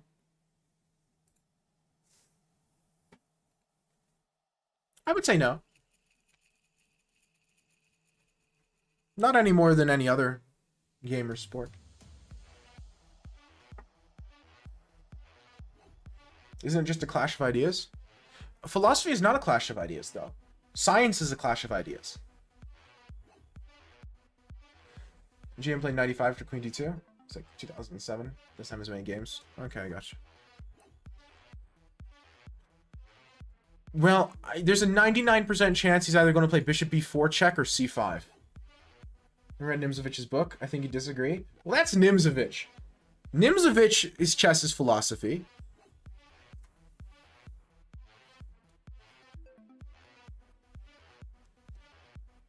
But there's a few, for specific people, chess is philosophy. I wouldn't say it's philosophy in general.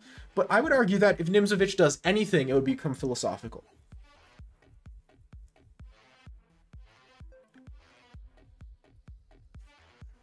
Because then c5 immediately. This line is pretty dry. That's what's unfortunate. That's why I don't like this a6 line, because this line's a little dry. He plays bishop check. Now we're talking, thank goodness. Because if I had to discuss this with you, I would be so sad. c5, I would be so sad.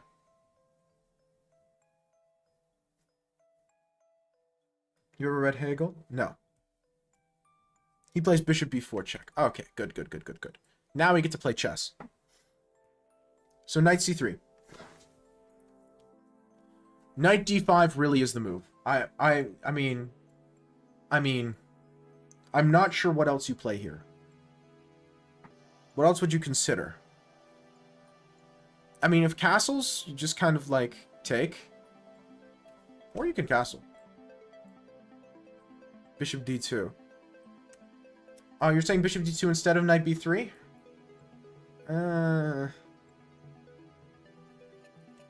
Is this the line you just castle and go up the c3 pawn? Probably. Is it? I mean, you can. That is a gambit. If you want to play this, this is playable. Knight d2 is also a completely reasonable move here. A clash requires a juxtaposition that is not uncommon in philosophy, but it's not a defining characteristic. Forget defining. I would say it's not an inherent characteristic, right? I would say it's defining, but not inherent. That's why I'm saying, like, science, it's inherent. The scientific method requires a clash of ideas in order to kind of suss out the truth. Philosophy doesn't necessarily, because the question of whether the truth exists or not to begin with is itself a question. Again, so bishop d2 or castle's short. You can go up for the pawn sack, and that's reasonable, or you can go for bishop d2. And that's your choice. It's not necessarily a characteristic. That is the most precise way I would word it. It's not a necessary characteristic. I agree. Think it's the nature of philosophy to end up in conflict with someone else? Someone's idea? Maybe. Isn't it the same in chess where you're never sure if about a move is correct? Well, see, it's a little different. Because in chess, we at least know that there is a correct move. Right? We have an objective, we know objective truth exists in a sense. Even if we don't know what it is. And meanwhile, in philosophy, that is still a question to be discussed. That's a debate right there. I think objective truth exists in reality as well, but that's not a common opinion. Well, yeah, but I would say but philosophy can also be internal. Philosophy doesn't necessitate the discussion with other people in the way that science does. My English is failing me right now. Just tell me when you don't understand something and I'll simplify it. I think at higher levels it can get close. I'm not 2200. I'm 2200 at heart. I'm currently like 2030. I'm having a bad couple of months. So Kate, are we going to go for the pawn sack line, or are we going to play the bishop d2 line? That's true. You don't have to be outwardly clashing. Exactly, which is why I'm saying philosophy isn't inherently what's the word I'm looking for? Doesn't inherently create conflict. I have a good couple days, got 1900, 9 months, weeks, stagnation. That sounds sick. Bishop d2 seems more reasonable. It is more reasonable. But I couldn't decide if that's something you wanted. Oh, I agree with you. Ding. I understand everything you say, but I can't translate words from my language to English. Ah, that makes sense. Well, take your time. Even if you respond to something I said like 30 seconds ago, it doesn't bother me at all.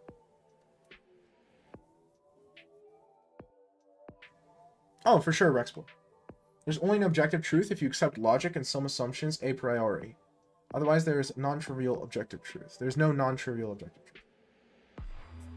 Well, any system of thought, you're going to have assumptions a priori. That's kind of the nature of philosophy. So I'm not sure. While I would say you're right, I would say that you also didn't say anything that is like not meaningful, but that narrows down anything, that specifies any thought.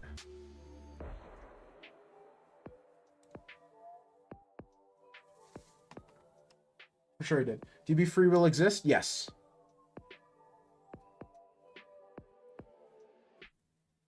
A priori assumptions are just a must, pretty much. They are. To like, again, it's like the sentence is true. You said something which is true, but only because of its inherent characteristics. A circular sentence. A sentence which I'm only here because this guy added subtitles. And by added subtitles, I of course mean I yoinked some open source code and threw it on the screen and really hope it doesn't mess up badly enough that it confuses people more than it helps. But it does also help remind me to enunciate, because I sometimes start mumbling, and if I'm reading the captions and it starts having a really hard time, I know I'm mumbling, which is very handy. Philosophy encompasses several schools of thought that studies these a priori requirements, so I would not assume philosophy necessarily contains these assumptions. Everything contains these assumptions. To make a statement, you need to assume something at its very core.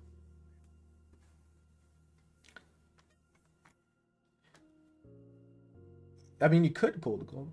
You can argue it's circular, but that doesn't make it less true. Oh, no, exactly. I led with the fact that I agreed with him and said it was true, just that it was circular. Go and ask ChatGPT if it's correct. Do it. But philosophy is, in general term, is kind of meaningless. Well,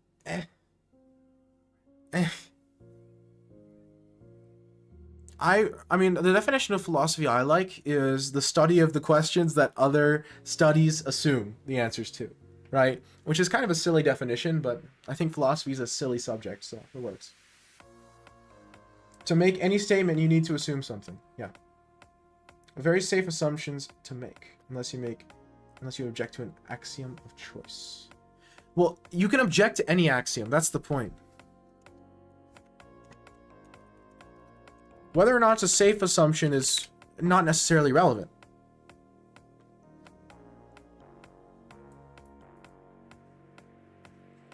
And plus, we have logical proofs that any axiomatic system is eventually self-conflicting.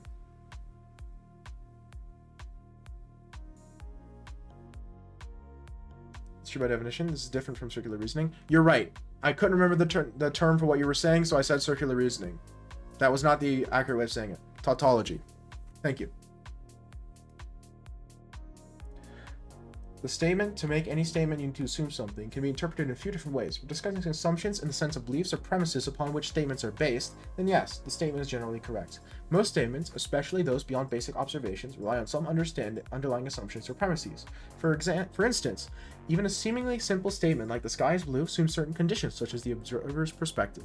Exactly.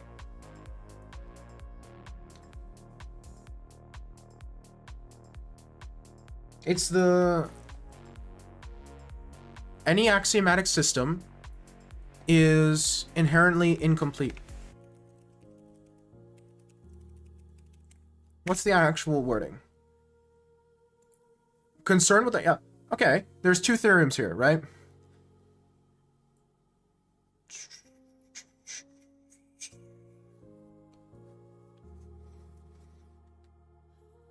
Where's the second one?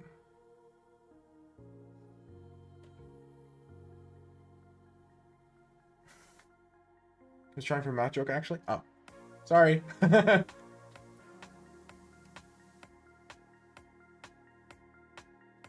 on observations or immediate logic.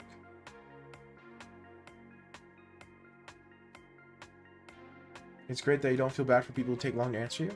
I mean, I think I'd be hypocritical if I did. I do that in my everyday life quite often because of how difficult Macedonian is for me. I completely understand why it's difficult, and I really don't want that people to experience that if I can avoid it. Not if we define the sky to be blue, but then we define what blue, we assume what blue is and what the sky is. And we assume what those words even mean. Gödel's incompleteness theorems? Yes, that's what I am referring to. Hope ChatGPT never becomes a thing in philosophy. That'd be pretty funny. What is the sky? Exactly, that's my point. You didn't get the joke? I couldn't tell if it was a joke or not, so I assumed it wasn't. What is love? Baby, don't hurt me. Don't hurt me. No more.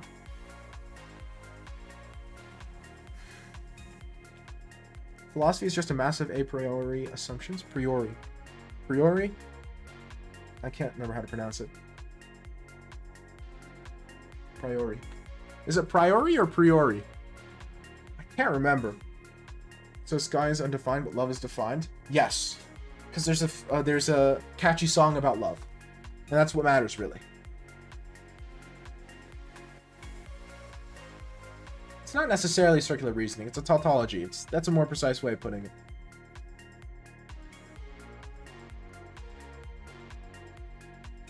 Gone? Are you really trying to hit me with one of those? That's just rude. Even when I'm focusing on philosophy and trying to analyze a chess game, the fact that you think I would fall for that, I am insulted. Well, math works the same way? Yes, it does. Next question.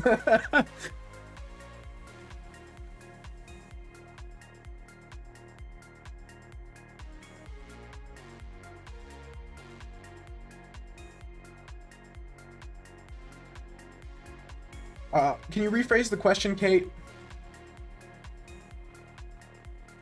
If you define the sky to be blue, you're actually restricting the things that can be blue and sky.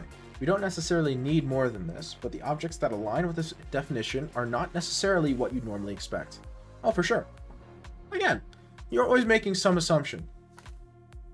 Which, I mean, I'm not saying I disagree with that. Once again, kind of hypocritical. Hey, Cold Gold, thanks so much for the follow. Were you not already following? Huh. I could have sworn. I've seen you here multiple times. It might be dangerous to use Gödel's and completeness theorems without proper amount of rigor. Are you familiar with model theory? I know a little bit. Enough to get myself into trouble, but not enough to get myself out.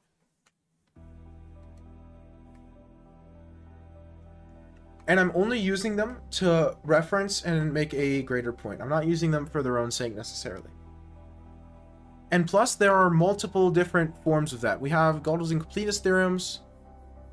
Oh, there's a few other forms. There's one for math. I can't remember what it is. Maybe the Gödel's one was math, and there's one for moral logic. And there's one for, like, set theory. Fundamentally, there's a lot of base level theorems that establish that that some things are unprovable. Gödel's for math? Okay. I forget the names. Great ideas from assumptions? Oh, yes, absolutely. How can I have this stream saved? Do you mean, like, downloaded? Are the ones that I can't type here because I don't have the keys for, like, the...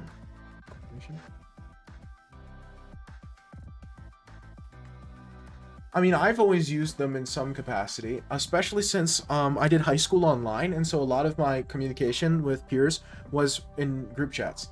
And so in group chats, it's very important to be able to get feeling across. And it's very difficult in text. So we have, our connotation markers. They're useful. The problem is if you try to enforce them, it's like enforcing language, right? And so they're useful, and I think they're good, but I don't think they can be or should be enforced.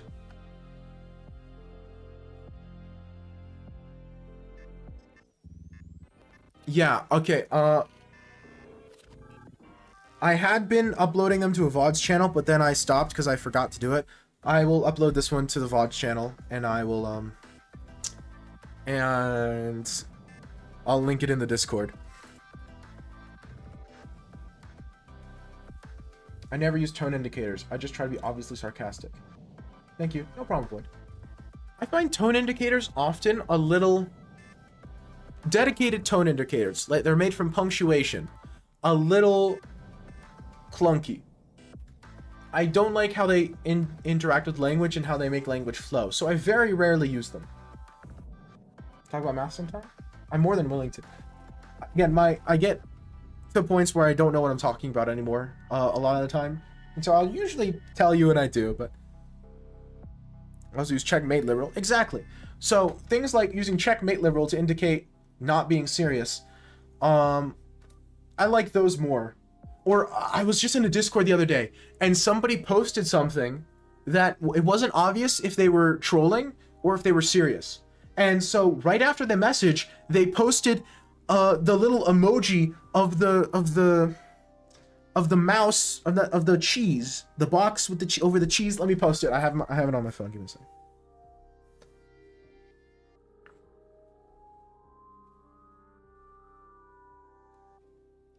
That's what, but tone indicators themselves depend on context and depend on clicks. A tone indicator in one sector can mean a different thing in another. What's an example? Like the usage of punctuation depends on who you communicate with and what punctuation means. Yeah. Give me a second.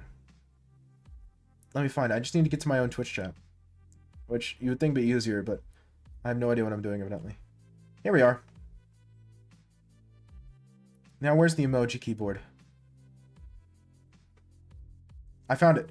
Okay, so he posted something as a troll, and then he followed it up with this emoji. Right?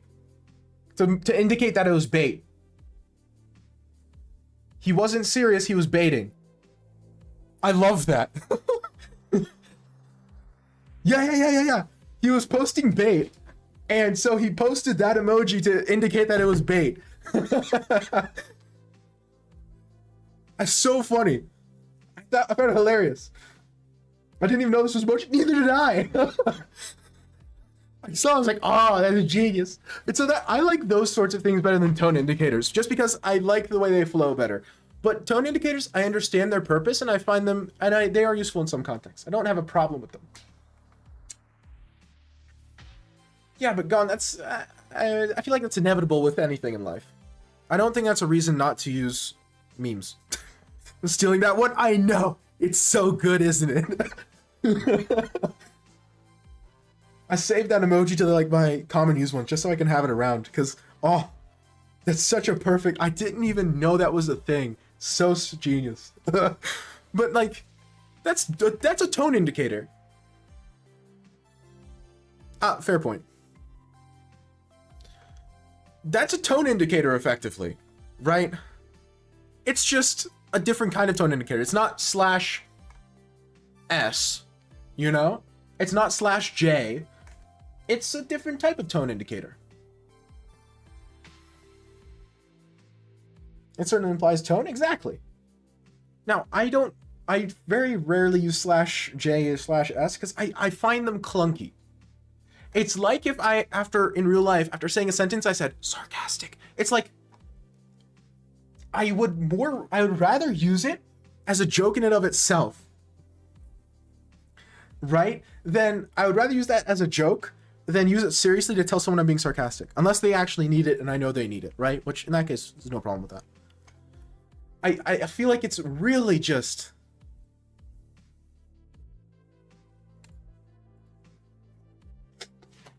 like having to explain a joke. It is.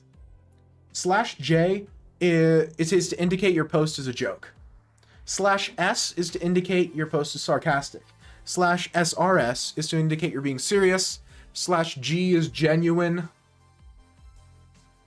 I don't remember any other ones. I rarely get sarcasm, and that's okay. That makes sense. And see, I know people like that, and I've only recently started to get better at recognizing sarcasm, and even then, I miss it often. So, I don't have any problem with tone indicators. I just find them clunky. And so I try to find more creative ways to indicate tone.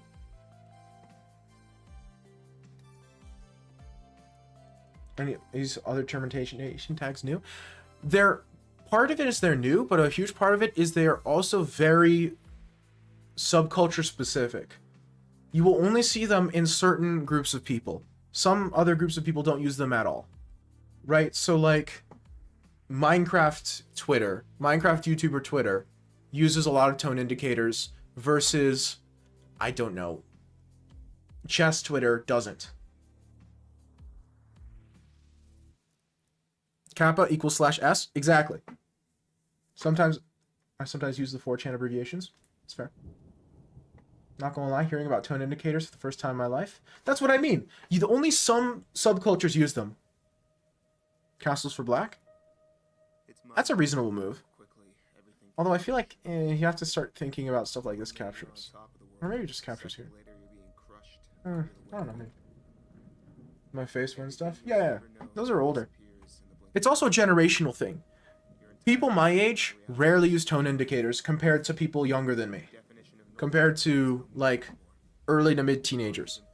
It's a generational thing as well. Right? They are not universal. There's a number of people who want to make them universal, and there's a push to make them universal, but they are not yet. For better or for worse. Can you go c5 here? I would be suspicious of c5 in this position. I mean, generations, things are still cultural? Yes, you are correct. I think indicators are a... what community?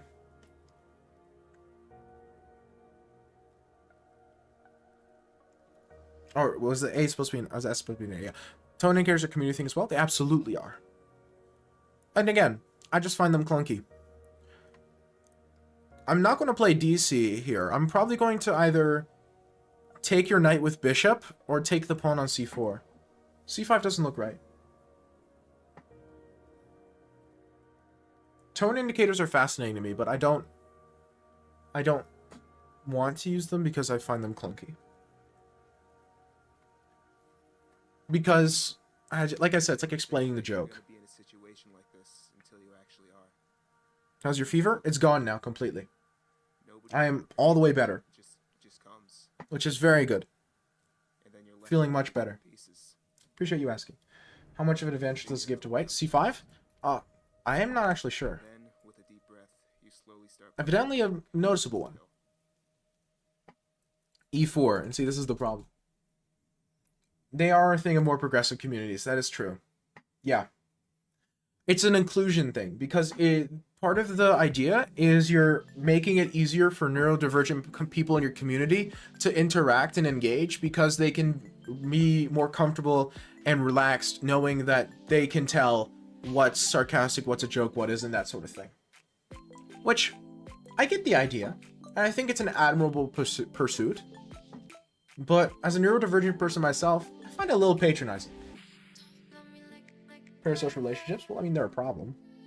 I'm not sure. I feel like enough's been said, you know? Like, they're an issue of both parties, but it's difficult. It's a really weird issue. Parasocial relationships are really weird because it's so much of a case-by-case basis. b5 is not actually that bad in the previous position. I'm doing Twitter and I'm caught up on Vosh happenings. Bless that, man.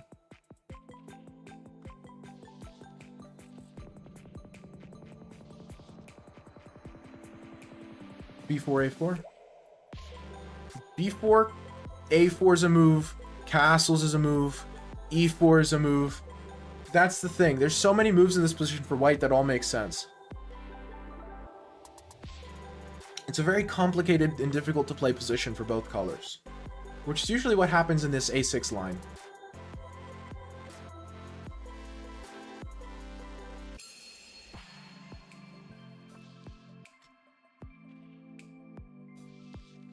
I have to wonder why there are so few reasonable YouTube politics channels. Maybe it's just it attracts a bad crowd. b5 does give the bishop too much authority. It gives it a lot of authority, but too much is neither here nor there. Because if black can manage to play bishop b7, then suddenly it's kind of equal.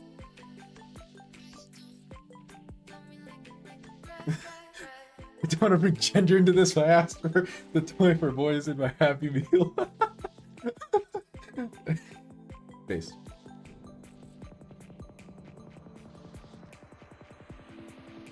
You gotta be able to. That's one of the most important things. You gotta be able to make sure you can switch between what toy you can get at the McDonald's Happy Meal. Because sometimes, you know, I think that the political content mostly get traction on the extreme ends, which doesn't attract the most sane individuals.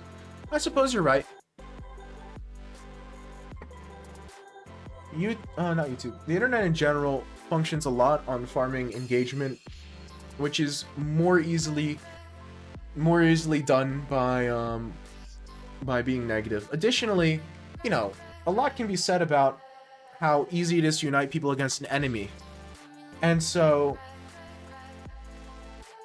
when you have to constantly be making and pointing at enemies, can't be good for your mental. Are we now analyzing an opening? We're either doing that or we're discussing philosophy. I'm not sure which one it is at any given moment.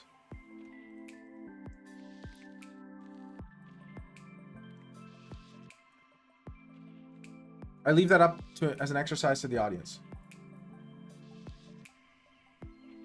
The beer gives knight b6 here, in which case e3.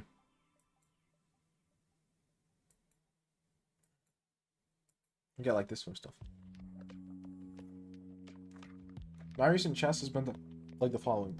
I know I'm probably not supposed to play this move here, but it makes the position weird, so I have to play it. Based.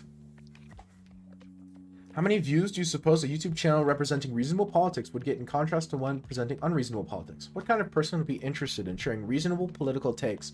There might be some selection pressure involved. Oh, absolutely.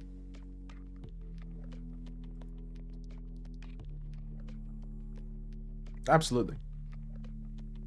Because another part is how you define a reasonable political take. I know how I would, but I think that's in and of itself is subjective. But again, I think it selects for the more extreme people and then also pushes them to the extreme even more. A3 possible? A3 is almost always possible. It's just, is it good? Yeah, exactly. How's the waste management there? Littering everywhere? Clean? Littering everywhere. It's interesting. It's considered a societally bad thing to have trash in your car, but nobody cares about littering, so you'll have people just constantly throwing trash out the window. It's so fascinating. I guess it was the same for certain newspapers before the internet. Yeah, or certain political publications. It's interesting.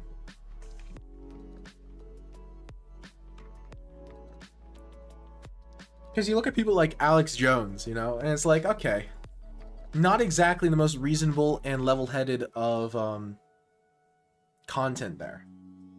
Don't society clean it? No. Trash cleaning is considered like a bad job, like a lower position. It's really a fascinating thing. It's difficult to say precisely, but the major common thread is a reasonable degree of empathy while also acknowledging people's non-emotional needs.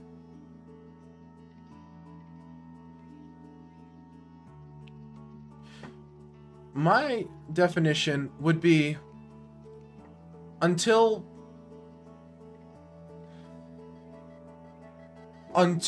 evidence to the contrary, assuming people believe what they're espousing. Right?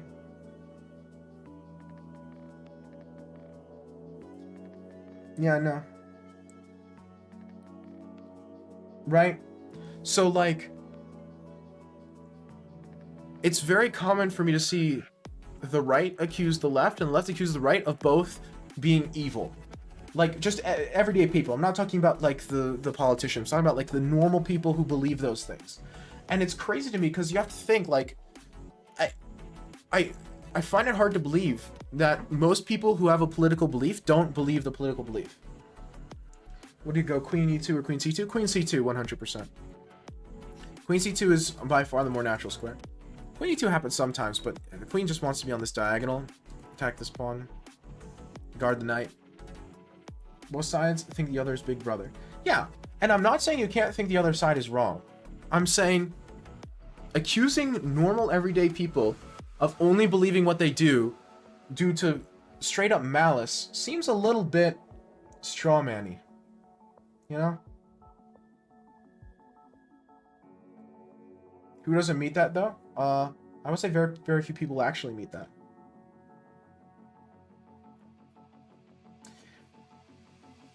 I would go Queen H5. Queen H5 definitely makes things weird. I mean, it's weird enough that I would expect someone would call an arbiter over. I want someone to call a judge over if you were to if you were to play queen a5 in this, or no, queen h5, sorry. Queen h5. Queen h5, that's down. I don't like queen h5. Sorry, queen. I read it queen a5. I'm dumb. Can't read. Have you decided who you're voting on? For Macedonia, yes. For the US, I don't know. I don't think so. I haven't decided yet. Trying to make unorthodox moves so that I kind of try to confuse or at least make everyone drop his guard down. It's fair. Horseshoe theory real? See? Already making good use of the bait emoji.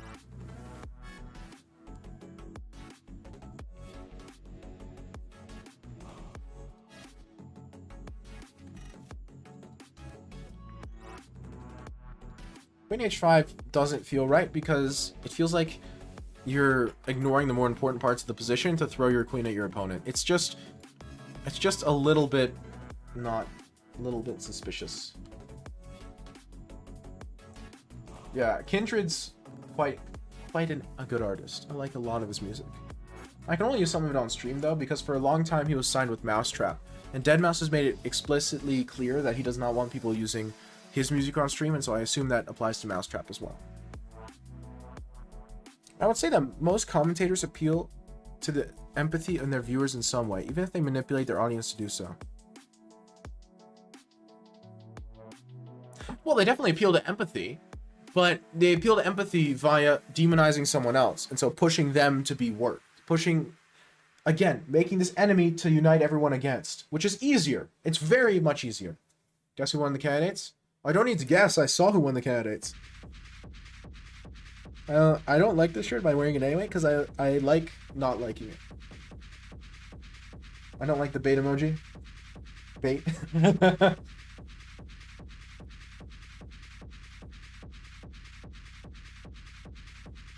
You know, I don't read comics much. However, I read The Watchmen because I like grabbing pieces of media from things I wouldn't normally look at, like really highly considered ones, and just reading them or consuming them because I find it interesting. That's me when I forget to redeem the redemption. Dehumanizing some other group of people is necessarily suppressing empathy towards that group. Yes. And I don't think it's a good thing.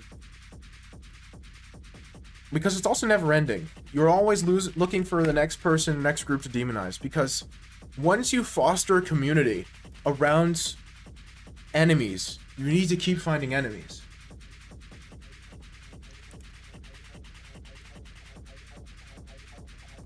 You know? You can't just find an enemy and then like, okay, that's our enemy. And then when they fail, like, oh, we succeeded, now we're chilling.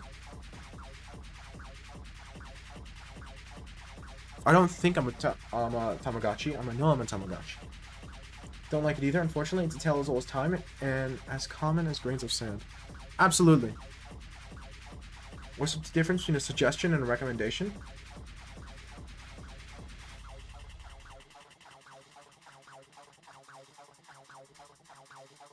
No, let me think.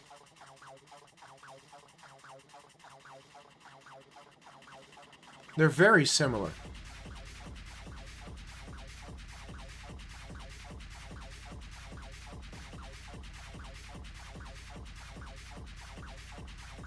I would say suggestion is more emphasizing a persuasive element, while recommendation is not trying to be persuasive, it's just presenting an option.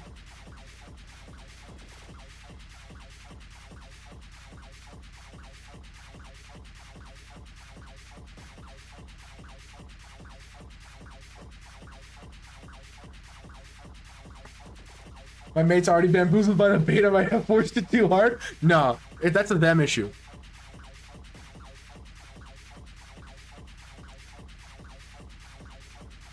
So what is the song void? A recommendation is usually more formal. Well, yeah. Yeah, a recommendation usually implies some sort of objective reason you're recommending it. Like, the suggested move in this position would be a persuasive attempt to make you play a move, because I want you to play the move. Saying it's a recommended move would say, oh, after thinking about an analysis, the objective conclusion we came to is that this is the move that you should probably play.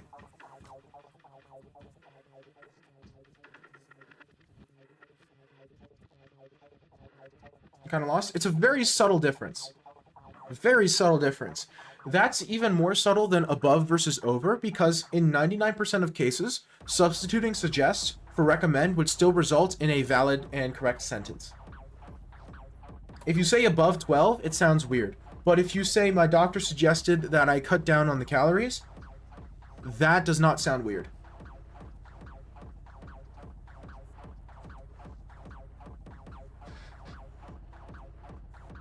They are very, very similar.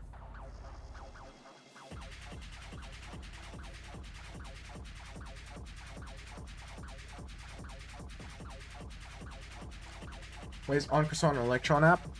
I think it might be. What do you want from me, Gone? Make your own stinking chess database. This is so much better than my English teacher. Thanks.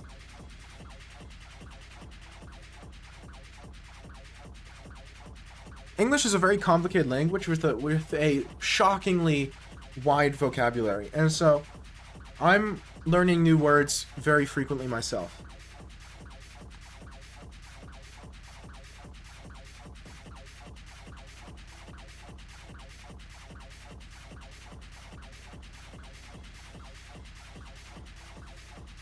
Again, I would say the difference is recommendation implies some objective fact-based reason, while suggestion does not.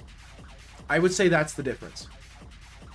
After really thinking it through and reading through all the messages, I would say the difference is recommendation implies that there is a objective specific reason I'm saying it, and suggestion does not have that implication. It could still mean that, but it doesn't imply it. Like, I wouldn't say it's more natural for me to say I suggest this move, I recommend this move because the computer gives it +1, than it is for me to say I suggest this move because the computer gives it +1. Conversely, in the opposite way, it's more natural for me to say I suggest this move because it feels more natural than it is for me to say I recommend this move because it feels more natural. Right? Recommendation implies some objective reason it's the case, while suggestion implies a level of subjectivity. That's what I would say.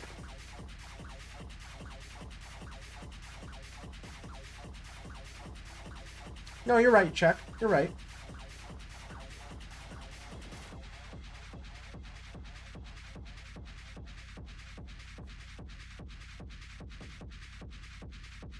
So that's what I would say the difference is. So doctors recommend because they have an objective reason they're telling you to do something. Again, you can use both.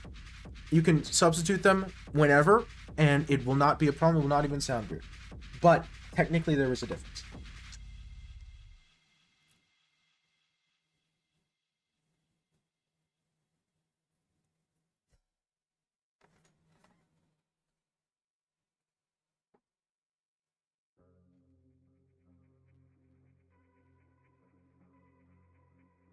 When you were choosing colors, which one would you use? What do you mean? Oh. Oh, like if you're... Like for an outfit? Or for a house or something?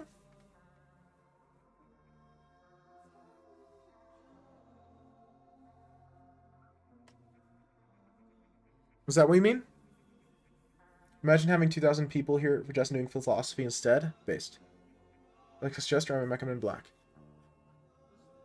If you have a reason, an objective fact-based reason, or you're an expert, you use recommend. If it's your opinion, you use suggest. That's what I would say. That's what I would say. So, if you're like, oh, because I have a style degree, and because it matches better with this, this, and this, I recommend black. What if you're saying, I think it looks better, I suggest black? Chess.tv is not ready for this philosophy. So that's the difference, I would say. The more I think about it, the more right it sounds to me. I think I'm right here. I'm fairly certain recommendation implies an expert opinion, a fact-based approach, something like that. Something real. Suggestion is more opinion-based. I recommend Alco's opinion. See? Oh, never mind. You suggest Alco's opinion? Well, you wouldn't suggest my opinion. You would suggest that he listens to my opinion. You wouldn't suggest an opinion. Unless you're introducing it yourself. So do you recommend books or just suggest them? Depends. It depends on the context. Suggestion is more about inviting consideration of something rather than exhorting it. This is still persuasion, but much weaker. I would say it's a different type of persuasion. Like you said, logos. Suggestion isn't logos. Don't you get it? Yes. Recommend books? I would say most often you recommend. But if you've read it, which is why you're an expert on it, which is why you have something objective, because you've read it.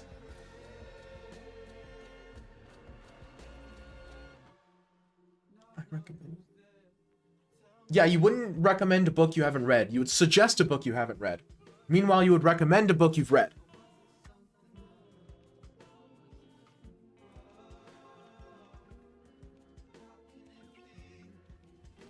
Or you'd recommend it off the opinion of someone else who's read it, I suppose. But you would have to say that. Or you should say that. Otherwise it implies you've read it.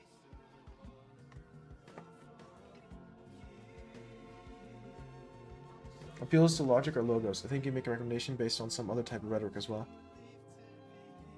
Sure. And you know it's already good, so you have more knowledge about the book than the person you're recommending it to? Exactly.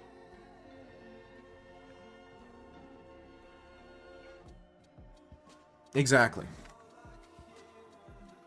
And I think Czech is correct in a sense as well.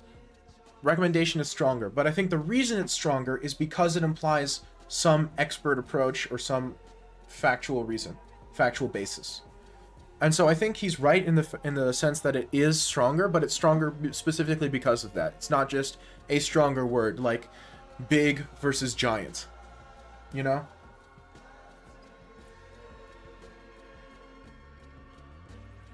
Pathos? No, pathos is like passion. Pathos is the emotional one. That's not an appeal to authority, I don't think. Because pathos is Greek for passion.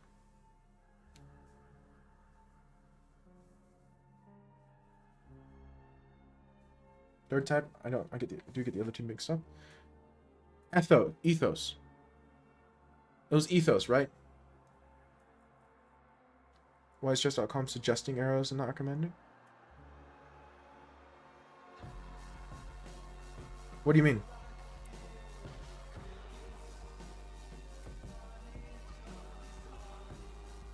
How many colors light you have in your room? Just I have the one down there, and then I just have the other white ones.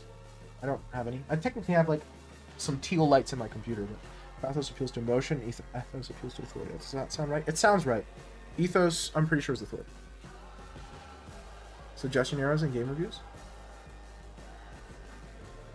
Where do you see that? I'm curious. I believe you. I just want to see it. On mobile?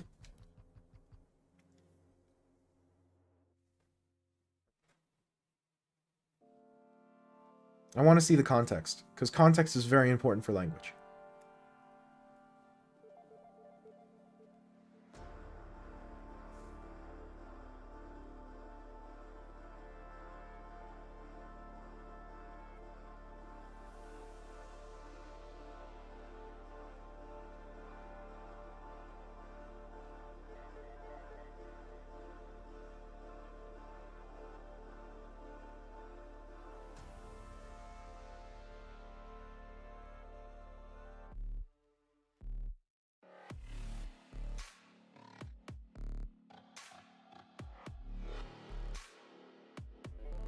Because it's trying to soften it, I would say. It's trying to imply that the computer isn't done thinking. Although, I would going to be honest, recommendation arrows would also work. I would say this is an example of where both can be used. It depends on how you want to come across.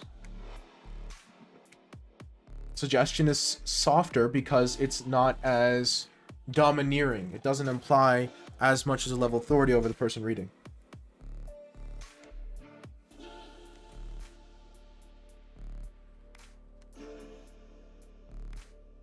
I would say that, yeah. And because it might be a lower depth and the engine isn't done thinking.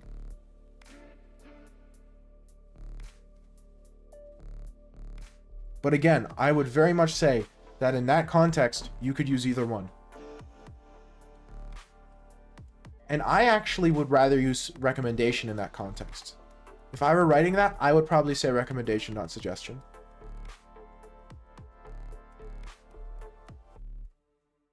But it's a stylistic thing. Because, again, like I said, both words are very similar. There are more situations where you can switch them and not have a problem than there are situations where you can't. Because even though we called them book recommendations instead of book suggestions, you could suggest someone read a book, and it wouldn't sound weird.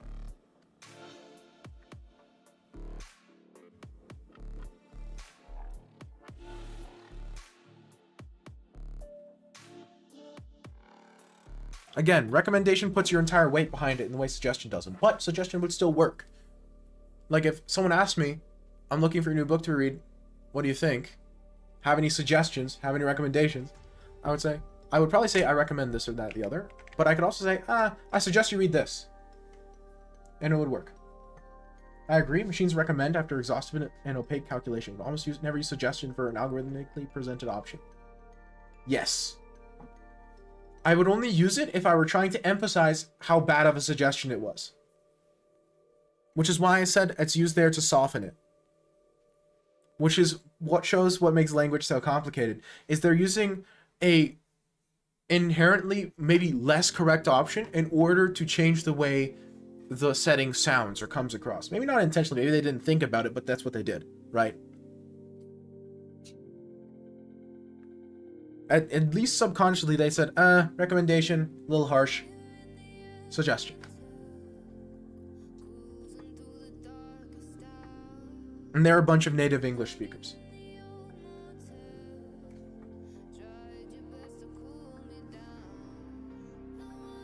Many of whom are very capable of formal writing. Many of who?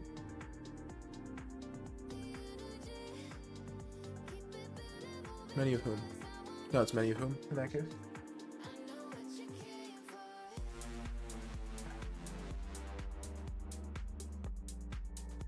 Whom is right? I thought whom was right. I just overthought it. Yeah, we're discussing the difference between suggest and recommend, Sumner, if you weren't here.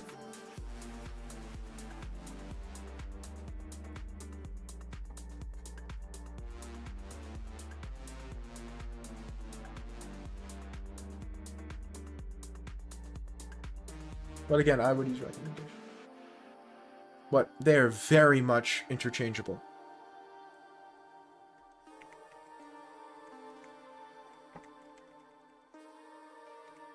English is such a strange language. Okay, let me actually play. Did Void leave? I can't remember. No, Void's here.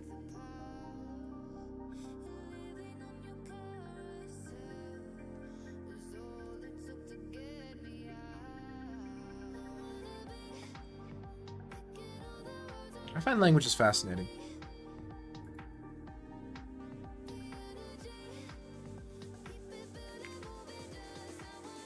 One sec? No.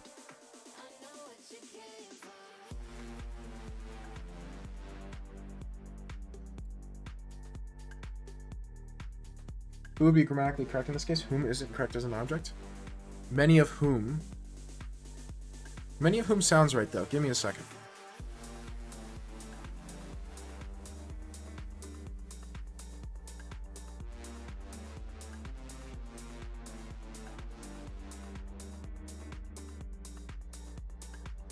Yeah, but it's weird. Because it's a compound subject. Who is used as a subject and whom as an object, I know that. But it being a compound subject complicates things.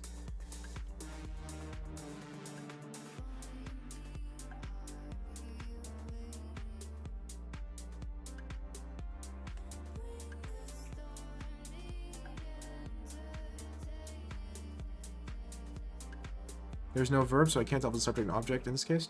Not true. There is always a verb. Many of whom, I said, are fully capable of writing are fully capable of formal writing is I think what I said. So are is the subject. So many of whom, compound subject. Are is the verb. Many of whom. Many of who.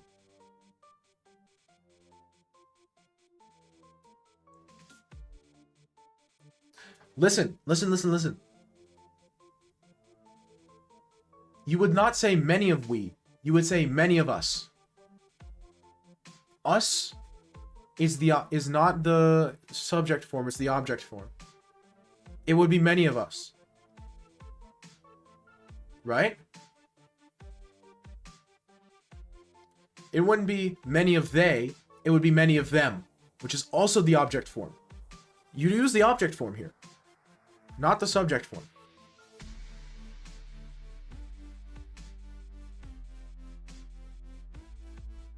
Many of us, many of them, many of whom. I think you're right, but I have no idea why. That's why I said whom sounds right, but I wasn't sure why. I'm still thinking about it. Again, it's a compound subject, which is what complicates things.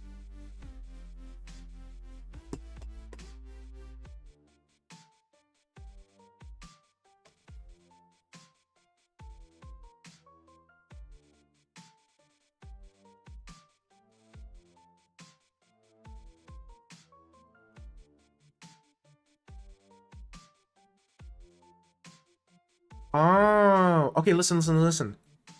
Just Googled it, and I'm thinking about this, and it sounds correct. If it's a pronoun, it takes the objective form. Many of whom is a pronoun, so it's an object form. That's why. Because it's a pronoun.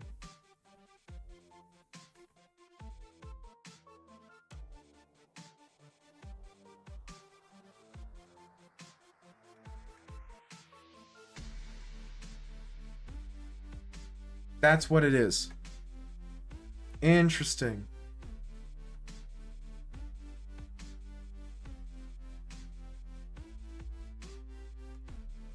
Hello, Ahmed. Welcome to my humble abode.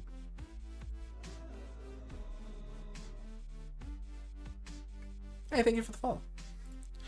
So, there's your answer. The noun takes the objective form if it's a pronoun. It takes an objective form if it's a pronoun. So it's many of whom because it's whom in this case is acting as a pronoun referring to the previous thing. Right? When I say many of whom, I'm referring to... Yeah, sure thing, Void. I'm referring to the native English speakers, the chess.com staff. So I'm using whom.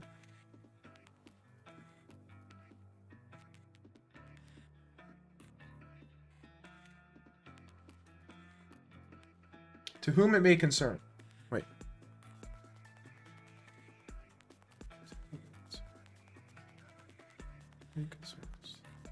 To whom it may concern. Yeah.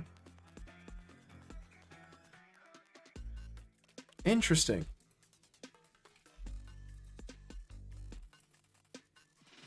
Well, there you go. I learned something about the English language today, too.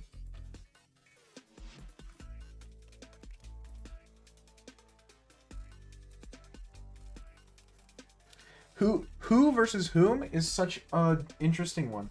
Is it morally wrong to try and climb the daily ladder when I get matched up against people less than half my rapid elo? No.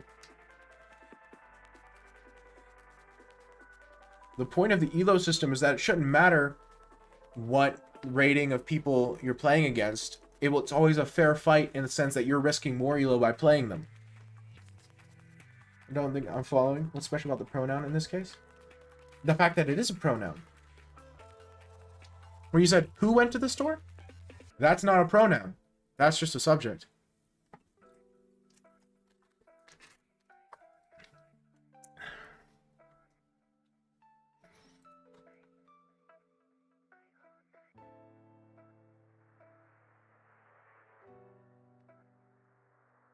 That's the difference.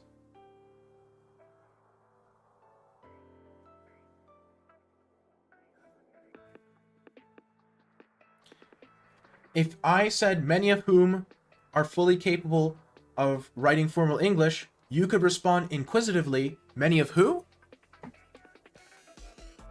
Because when you're saying many of who, you're asking the question, and that makes it not a pronoun. Yes, it's not a pronoun. It's a substitute for a noun. It's just a noun. Who is not a pronoun? It's...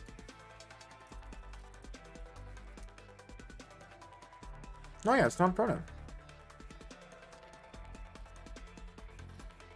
Because it's not substituting a known noun.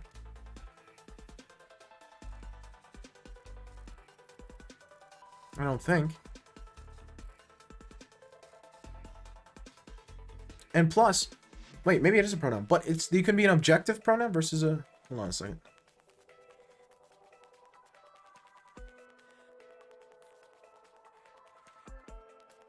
I'm trying to figure this out.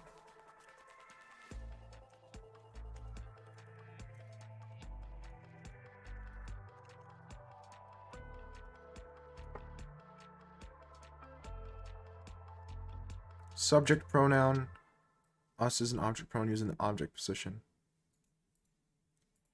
Give me a second.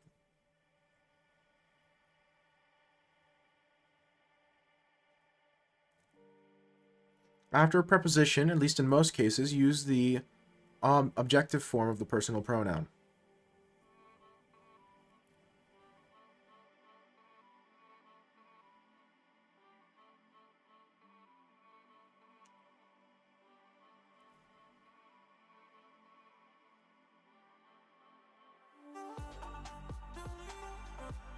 No, who is a noun, I guess.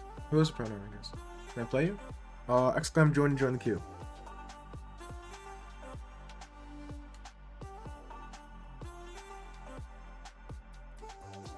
A noun phrase is the object of a preposition rather than clauses that occur immediately following a preposition.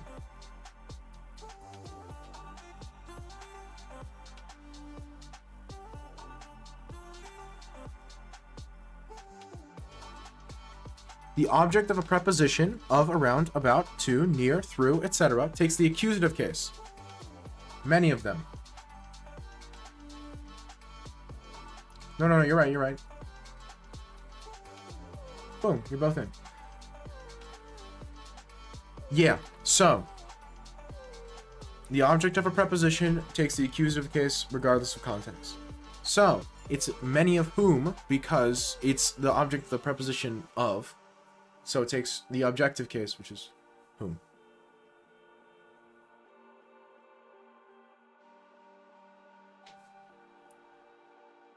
Yep. There are edge cases.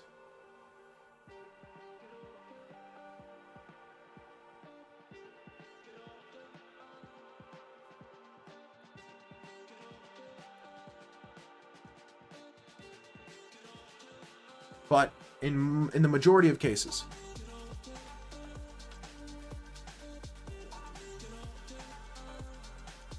For example, from this website that I was reading with. For example, yeah, the admiration of we don't know what.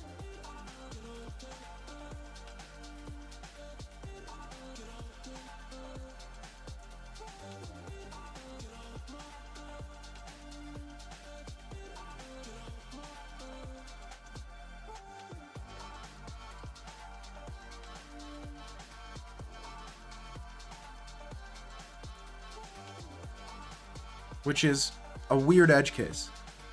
But that's very rare. And even then, I would say a sentence like, or a clause like the admiration of we don't know what is not incorrect, but it's a very strange way of phrasing it. And I would say there are likely more elegant ways of phrasing the same thing. Okay, now it's actually enough. What time is it? It's 10. There are 5 people in queue. Math. I'm closing the queue. That means anyone already in here still gets their game, just no new people can join. So anyone who already joined, you're in. No worries.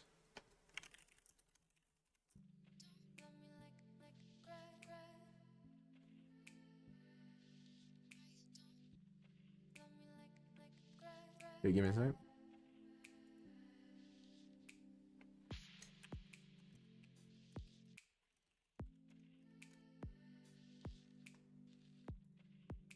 Crazy. Sounds like it could be because there's a sub-clause in place of a noun or pronoun. Your subtitle software placed a comma there. The informal sub-clause structure of English is frequent annoyance to me. Yeah, no. Again, but it's an edge case, because even if it is a subclause, it's still technically the object of a preposition.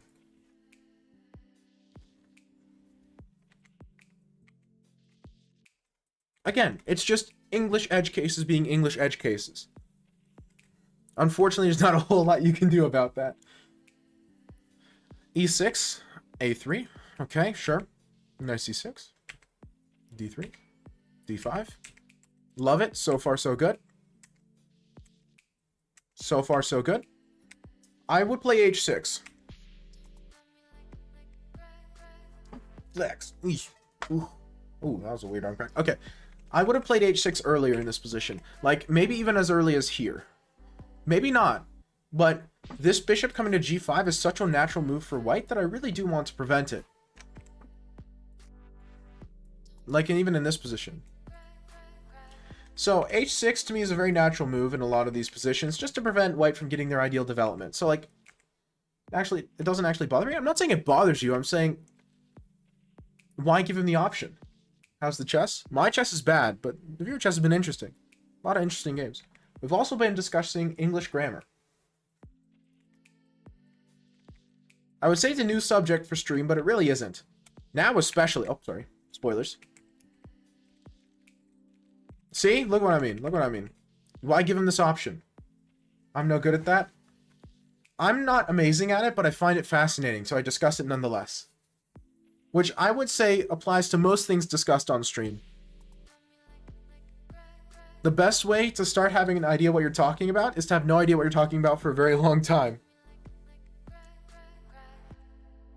English grammar? Yep. No, that's what I'm talking about. Especially here, I would say in this position, H6 is a very natural move. I don't know if it's good, but it's very natural. Can we play? Excusing... Unfortunately, the queue just closed. Which means no new people are allowed to join the playing me queue. Because it's like 10 p.m. my time and I need to go to bed eventually and there's still like 5 people. I'm experiencing secondhand pride hearing of your boldness. Well, you know. The first rule of streaming on the internet is you need to be ready to look stupid. The second rule is you're going to look stupid.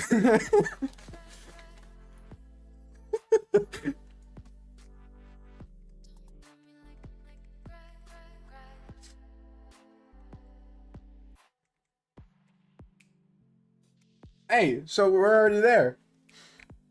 I don't like d4 because I feel like the plan in your position here should be b5 followed by c4 to entomb this bishop. In which case, bishop e6 is the move. To over-defend this pawn, that way he can take all he wants, you take with bishop and play b5, c4. That seems like the correct plan to me. It's a very frequent motif, because it's actually super annoying to deal with it for white. They can do it. Moves like b3 come to mind and are somewhat common, but they're just annoying.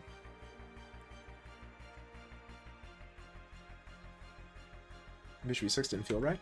Well, arguably you shouldn't have played bishop f5. And so, because this bishop really isn't doing anything.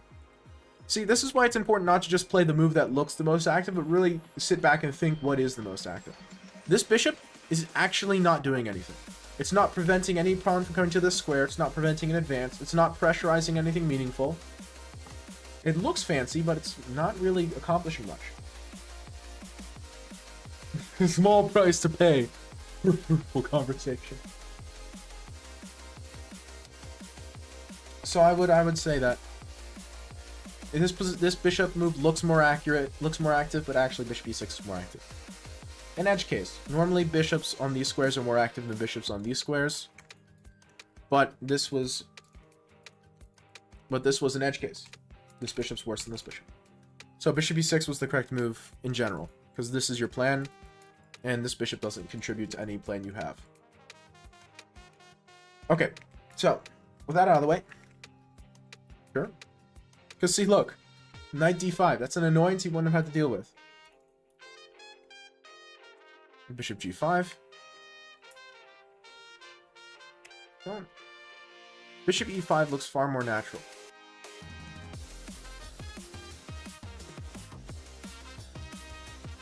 Bishop g5, these bishops just feel loose. Maybe I'm paranoid, but they just feel loose. Both of them feel very underdefended. Knight g3, 3-6, c4. I don't like c4. Yeah, obviously, dx c3 is a big problem. With queen f3, it's just... And like something like, not now, but knight e4 at some point attacks this bishop. Yeah, it just looks uncomfortable. Uncomfy, you know?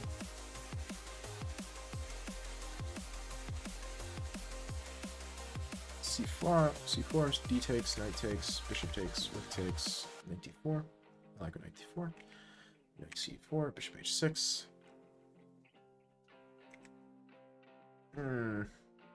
Once again, I would rather go to e7. Overextended is the word I prefer. I would say they're loose because they're overextended. Bishop e7 I prefer, because look, just in general. Bishop 2 squares from a knight is a good thing because it guards the squares the knight's attacking. And this bishop just doesn't look very happy. This bishop on h6, it just... But I know I was wrong, but still played it. Oh, well, it stinks. If you had, like, I don't know, almost 9 minutes on the clock, then you could have spent some time thinking about why it's wrong and trying to find an alternative. But unfortunately, you only have 30 seconds left. So... you have to play a move immediately. You can't afford to spend time trying to figure out why the move that looks wrong is wrong. It stinks. Ignore the 8 and the 5 here. He only has 6 seconds. He can't afford to think. Can you back, sir? I will go do that now. So have a good one, Fish. You too, Respectable.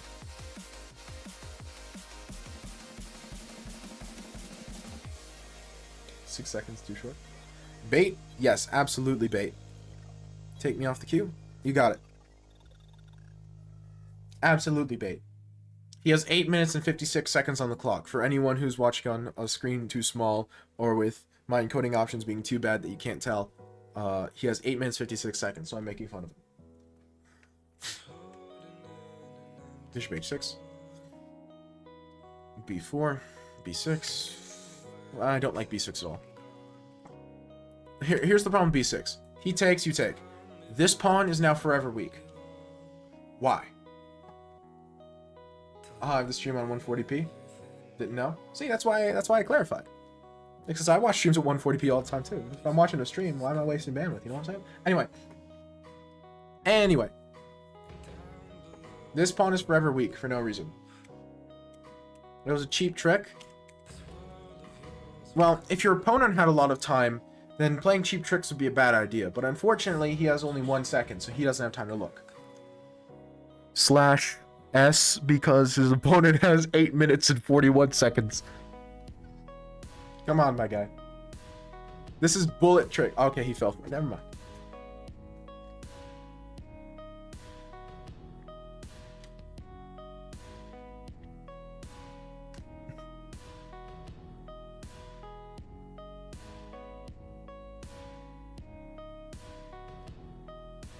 What?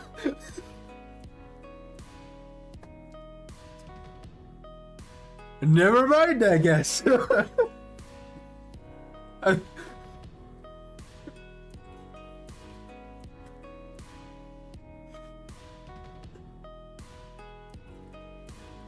Never mind. Bad chess prospers, evidently.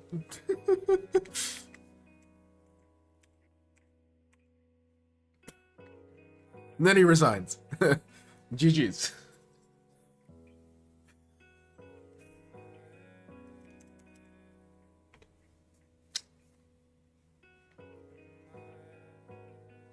Fair enough. I still disagree with it fundamentally, philosophically, but you know. Chess, everybody. Yeah.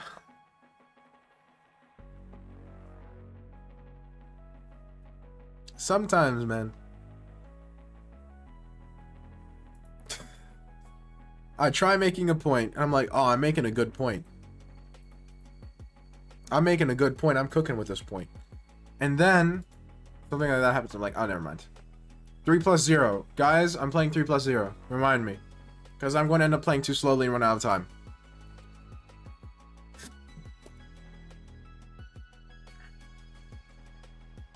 I mean, opponent was very short on time, so it's understandable. Yeah, obviously. Can somebody post the bait emoji for me? I need a shortcut on my stream deck that just goes boop and then post like 8 of them. That's what I need to do.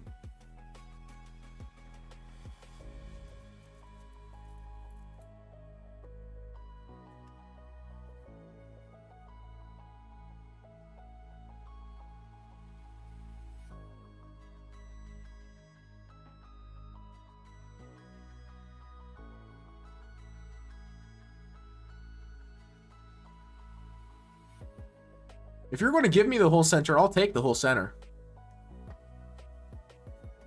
I ain't scared. Come at me. You've got nothing.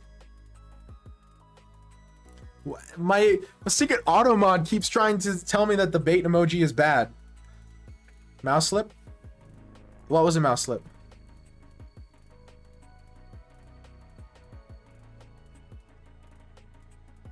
I'm not taking. Who do you think I am?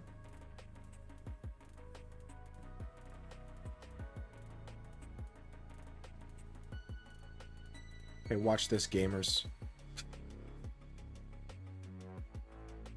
You are a fish. This is true. I'm not sure why it is relevant, but it is true. Great bait, mate. I rate 8 out of 8. True.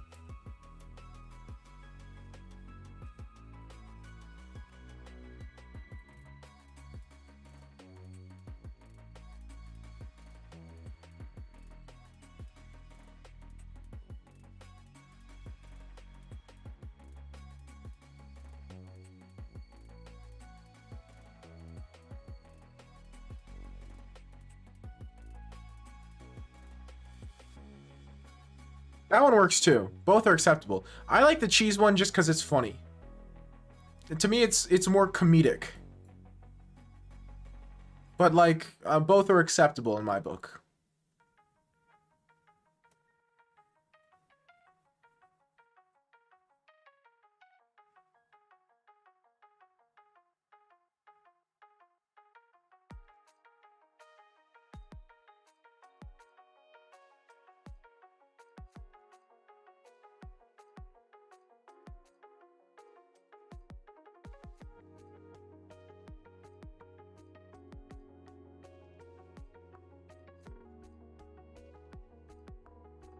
It's funny, it's just not as funny. There are tiers of funny. The cheese bait is like a solid 9.7 out of 10, you know what I mean?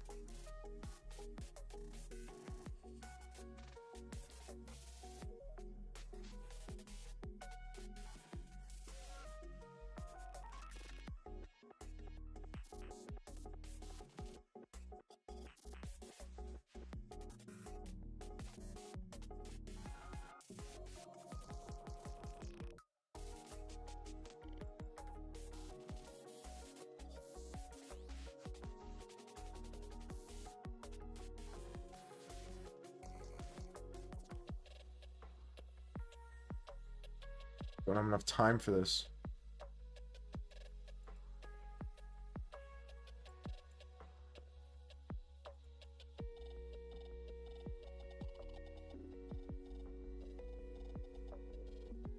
Stupid.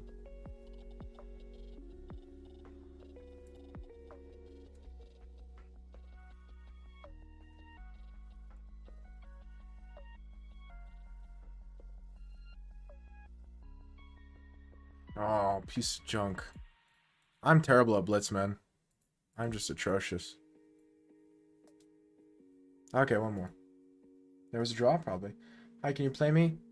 Well, unfortunately the queue is closed, so I'm only playing people who are already in the queue because it's like 10:15 my time, and so I get sleepy.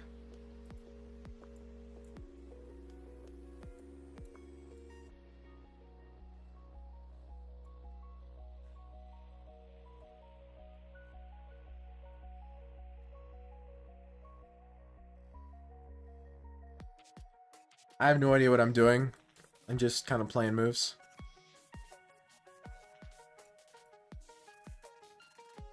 Sure.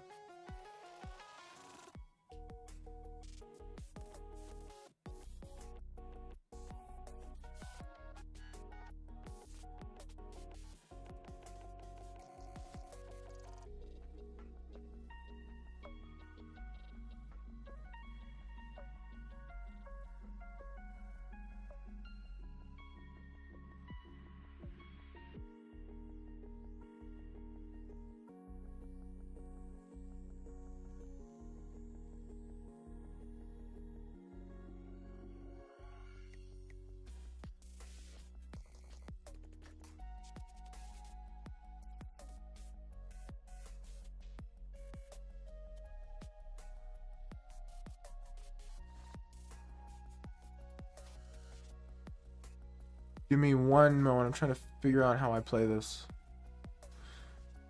Both captures look good. I'm capturing this way. Well, since I have no idea who that is, I'm going to give a hard maybe.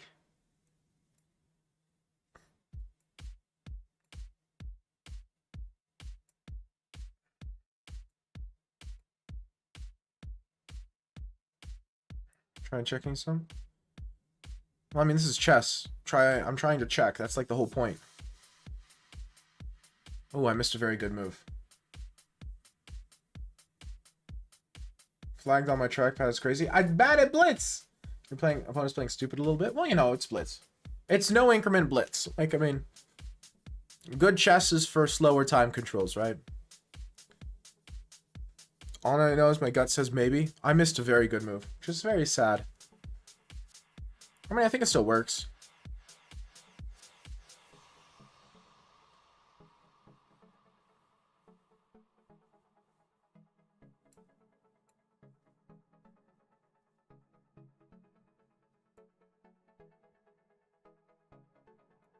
That looks strong. And then, like, rook d1 captures in whatever order. And I just have much stronger pieces. How's time looking? I'm only 20 seconds behind. Excellent. Excellent. Good stuff. Actually, I just take this first. Except that I was hanging a bishop.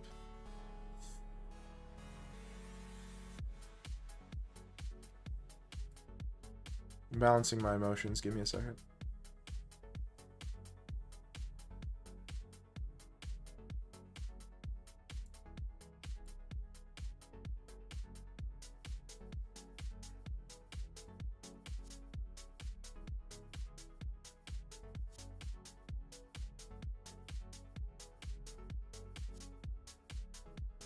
I wouldn't say I tilt much, but those are the types of positions that make me tilt.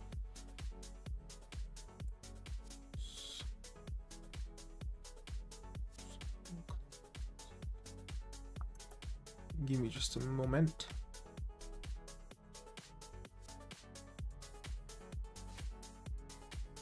Oh, I'm stupid. It was mate in one. Stupid. Literally mate in one.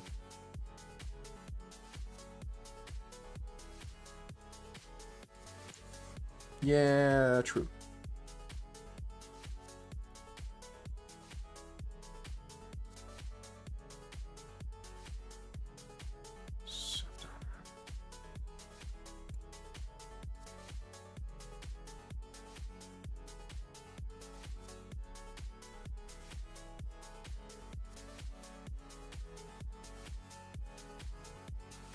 I literally missed mate in one.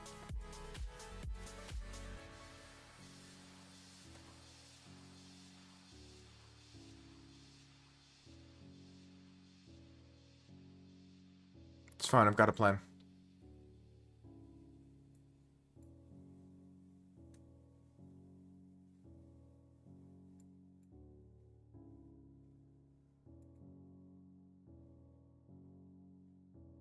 Got a plan.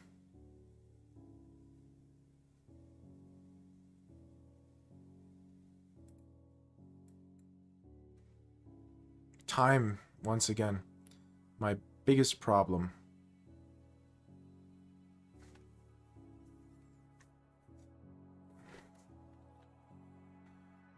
"13 seconds, is that enough? I actually don't know.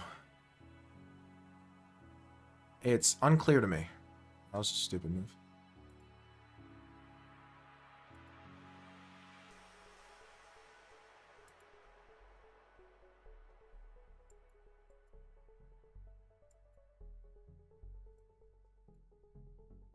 I'm too slow.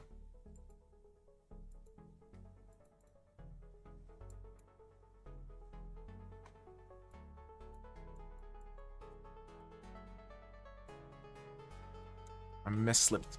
Mouse slipped. Yeah. Completely winning. I missed mate in 1. What language do they speak in Macedonia? Macedonian.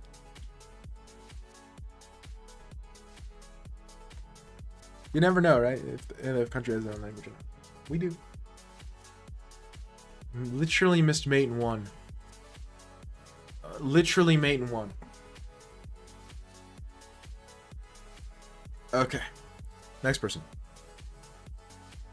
My guy, it was mate in 1. I don't care how I got flagged. It was mate in 1. That was the reason I played this, and I completely forgot. Okay, is gold still here? Doesn't appear to be.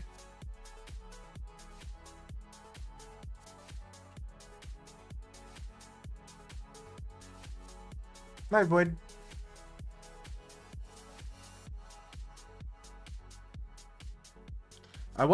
This was not a criticism of you or your chess. It was me being frustrated at my own inability to play a good game of chess. Comedian Blobfish, it shows he's still here, but I'm not sure. We'll see. Bye, Void.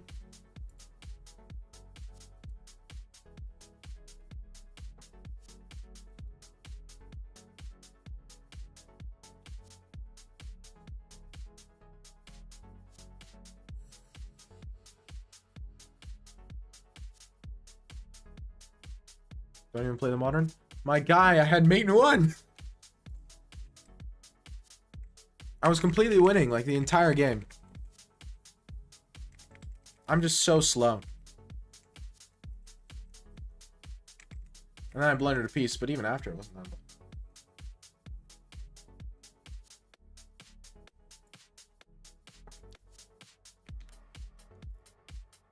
Blundered again. He's not here anymore, I don't think. And then King told me to skip him. Okay, this is nice. I can stream a little early. I'm tired, and I have school tomorrow. I'm gonna have a double dose of Russian, which is gonna be fun because that's one of the harder classes.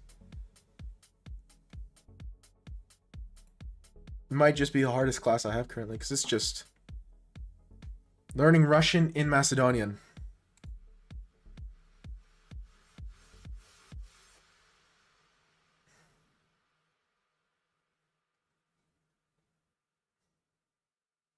Oh.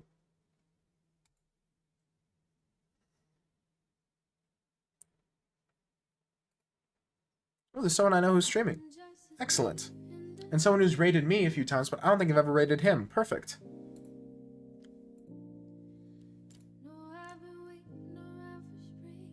Well, okay, all stopping by and hanging out and discussing philosophy and English language and a little bit of chess. I mean, I'm not sure how we fit the chess in there between the philosophy, the English language, the what else were we discussing? Like a little bit of politics. It always is. That's right. We're also discussing what else? You know, but we fit the chess. Anywho, have a great night. Sleep well for y'all who are sleeping, and all y'all in the West who don't have to sleep yet. Lucky ducks.